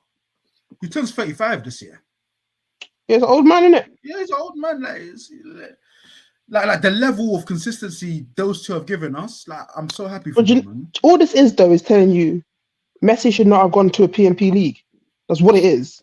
Yeah, that was farcical. He went to the wrong league. If he went to Italy, he'd be eating. He went to PNP where you got freaking francophones fighting you every week. That's your fault. You just got bare guys from Cote d'Ivoire and Cameroon and Senegalese right backs. But by the way, somebody says for the World Cup, strictly for the World Cup, because he knows when he gets to Nigeria, it's all long. So long. I hate Argentina with a fiery passion, man. That was a farce. Moving on to the other Champions League games. Liverpool play Inter tomorrow. Liverpool win that. 2-0 up. I think that's done and dusted. At Anfield as well, under the bright lights. Yeah, that's done. The other game though is Bayern versus Salzburg. What's That's the 1-1. That is poised, but it's at the Allianz. So Guys, Bayern will do clip. all right. Bayern will destroy them. Yeah, it's poised, man. They got to turn up, those guys. They got to Yeah, turn up. it's fake poise, man. It's just like it's Bayern doing that toying thing. They're doing it on purpose. They'll smack him in the game. This is the prime example of what you were talking about with the away goals. Prime example. Oh yeah, there's nothing there. What is there? There's nothing there. Another game where you really don't know. It could go either way. Manchester City versus Sporting, 5-0 on that. Oscar, be real with that. I don't think City done enough in the first leg. I think they've got to be smart in the second leg. You see it, man. What's his name? What's the Cole Palmer brace? I don't know, man. I don't know. Cole Palmer. Yeah, well, you're not feeling Cole Palmer. Cole Palmer brace. Cole Palmer brace. Because I'm not. I don't know how Stefan's going to perform in goal. You see, so right, Stefan's trash, bro. Hey, that guy is honestly. Obviously, football's a competitive sport, right? But let's just buy fixtures. Like let's just say Man City. You know what? Don't even play these 2 games. You're through because it's a mockery. It's a mockery. Oh gosh, you'll be seeing bet 5-0 in the You'll be seeing bare City kids. Sterling will start to be the senior head, maybe a couple other men, and it'll just be a bunch of like Cole Palmers and the rest of them man there. You'll see a young Ake. See like a young Ake. Yeah, there you go. Ake probably get set piece goal. He loves them. No, he's good in the air considering his height. He is. He's like what 5'11", I think. From Bournemouth, he's just forever there. He's a nuisance. Was it that Liverpool game when he was like he got the winner? I think it was a header. In that nasty green kit. Yeah, I remember. Just a quick heads up, guys. There are 4 Premier League games on Thursday. Not a single one of them is on TV. Who's playing? Norwich at home to Chelsea. Yeah, Southampton at home to Newcastle. Wolves at home to Watford. And Leeds at home to Aston Villa. So, also, the Liverpool game against United has been postponed because of the FA Cup. So I don't know when that's going to be played. When was that supposed to be? That's not. I was wondering. I was seeing postponements. I was thinking, who else is getting postponed? Okay. Yeah, man. Teams are still in the FA Cup, Lola, man. It's not. It's still going on. You know what I mean? Yeah. Oh, is it? I thought it ended when your team got knocked out. Yeah, that's what happens, isn't it? Oh, fair play. Stinky. SW6 is saying Sterling hat-trick in that City game. Probably. Yo, a lot of people really think Real Madrid are going to do the madness, yeah? Look, I don't trust PSG without Mbappe. They are Mbappe, bro. Mbappe is the best player on that team. Like, it is what it is. He's probably the best player in the world at the moment. What's like Endo said, where are they going to fit these postponed games? I swear there's Sky will be evil. Like someone was making this point about why haven't Sky set a fixture for the Arsenal Spurs game when neither of us have anything else to do. And it's because they're doing it. They're specifically choosing the period where it's going to be like a jam-packed nonsense. As in, like none of us have like cup games. There's like those gaps in those weeks where we're not to do anything, and we have stuff. They put your game. They put Arsenal versus Liverpool on a random Wednesday. It's like next. They do it on purpose. I'm thinking that they're gonna. Someone made this point. I'm thinking they're gonna put the Spurs one in between, like when Arsenal play Man United. It's probably gonna be Arsenal playing Man United, and the next one will be Spurs, and the next one will be West Ham. Okay. Yeah, they're trying to milk that Arsenal cow, right? They definitely are. So I might even it'll either be that or it'll be like they'll find a way to fit it in like near the end, like the final few games of the season. They'll put it in there. All right. Well, ladies and gentlemen, normally we go on for so long, and I blame Peter that it goes on for so long, but I can't blame Peter today. He's not even here. We blame you. It's me, yeah. It's my fault. Fair enough. I hold that. Yes. Please make sure you like the video. If you're new, subscribe. Thank you for watching. Thank you for all your comments. I appreciate everyone locked in today. Guys, do we have any final words before we leave? Harry Maguire is the waste of a captain and is the worst signing of Manchester United history. And with that, I bid you adieu. Good night. Yeah, me, I'll say this. Relegate Everton immediately. Relegate them now. Relegate Everton. Nah, man, I disagree. I respectfully I Relegate. disagree. You have agendas. I have big Relegate agenda. Everton.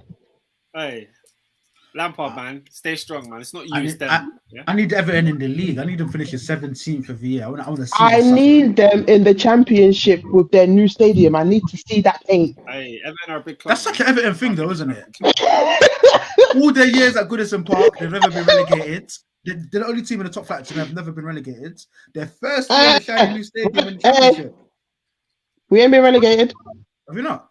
No. Yeah, but you know what I mean? No, there's no buts. Oh, no, Arsenal started in the second division. Relegation. Everton are the only team to have never dropped out. We didn't start in the second division. We just What happened is to find our way in the first division. No, they've got context in it. Basically, yeah, their own version of Roman Abramovich paid their way into the Premier League. What, Charlie Chapman? What's his name? Yeah, what, did you say Charlie Chapman? One of them, man. Herbert Chapman. Man. Basically, we found a way to get in at the expense of Spurs. Loopholes, isn't it? Loopholes. Don't worry about it. It is what it is, isn't it? Then you moved to North London after. Exactly. You got to rub the sports in. Disgusting. Yeah, no wonder they hate you. No wonder they hate you. No wonder Spurs hate you. You're a vile scum. It's what it is, isn't it? You stole space and then you moved to their perch. Okay, but who told us to be shit? And then you won the league twice in their own grounds. No. Yeah, that's crazy. In truth, That's crazy. Arsenal should fully be in Southeast London. That's the funniest thing. But guys, Arsenal. you always need one thing that makes a power shift for those kind of things to change. And who knows, Harry Kane overtaking Thierry Henry's Premier League goals tonight could be the thing that brings Tottenham back to where they belong. Who knows? Which is where do they belong? Where do they belong? Above Arsenal? Above Arsenal. I'm right. After Please. what I've heard, Spurs every day of the week, man. That is a farce. Spurs every day of the week. They don't hate because they can't. Hey, it's not my fault. Spurs can't find a way to kind of get their way over. It's what it is.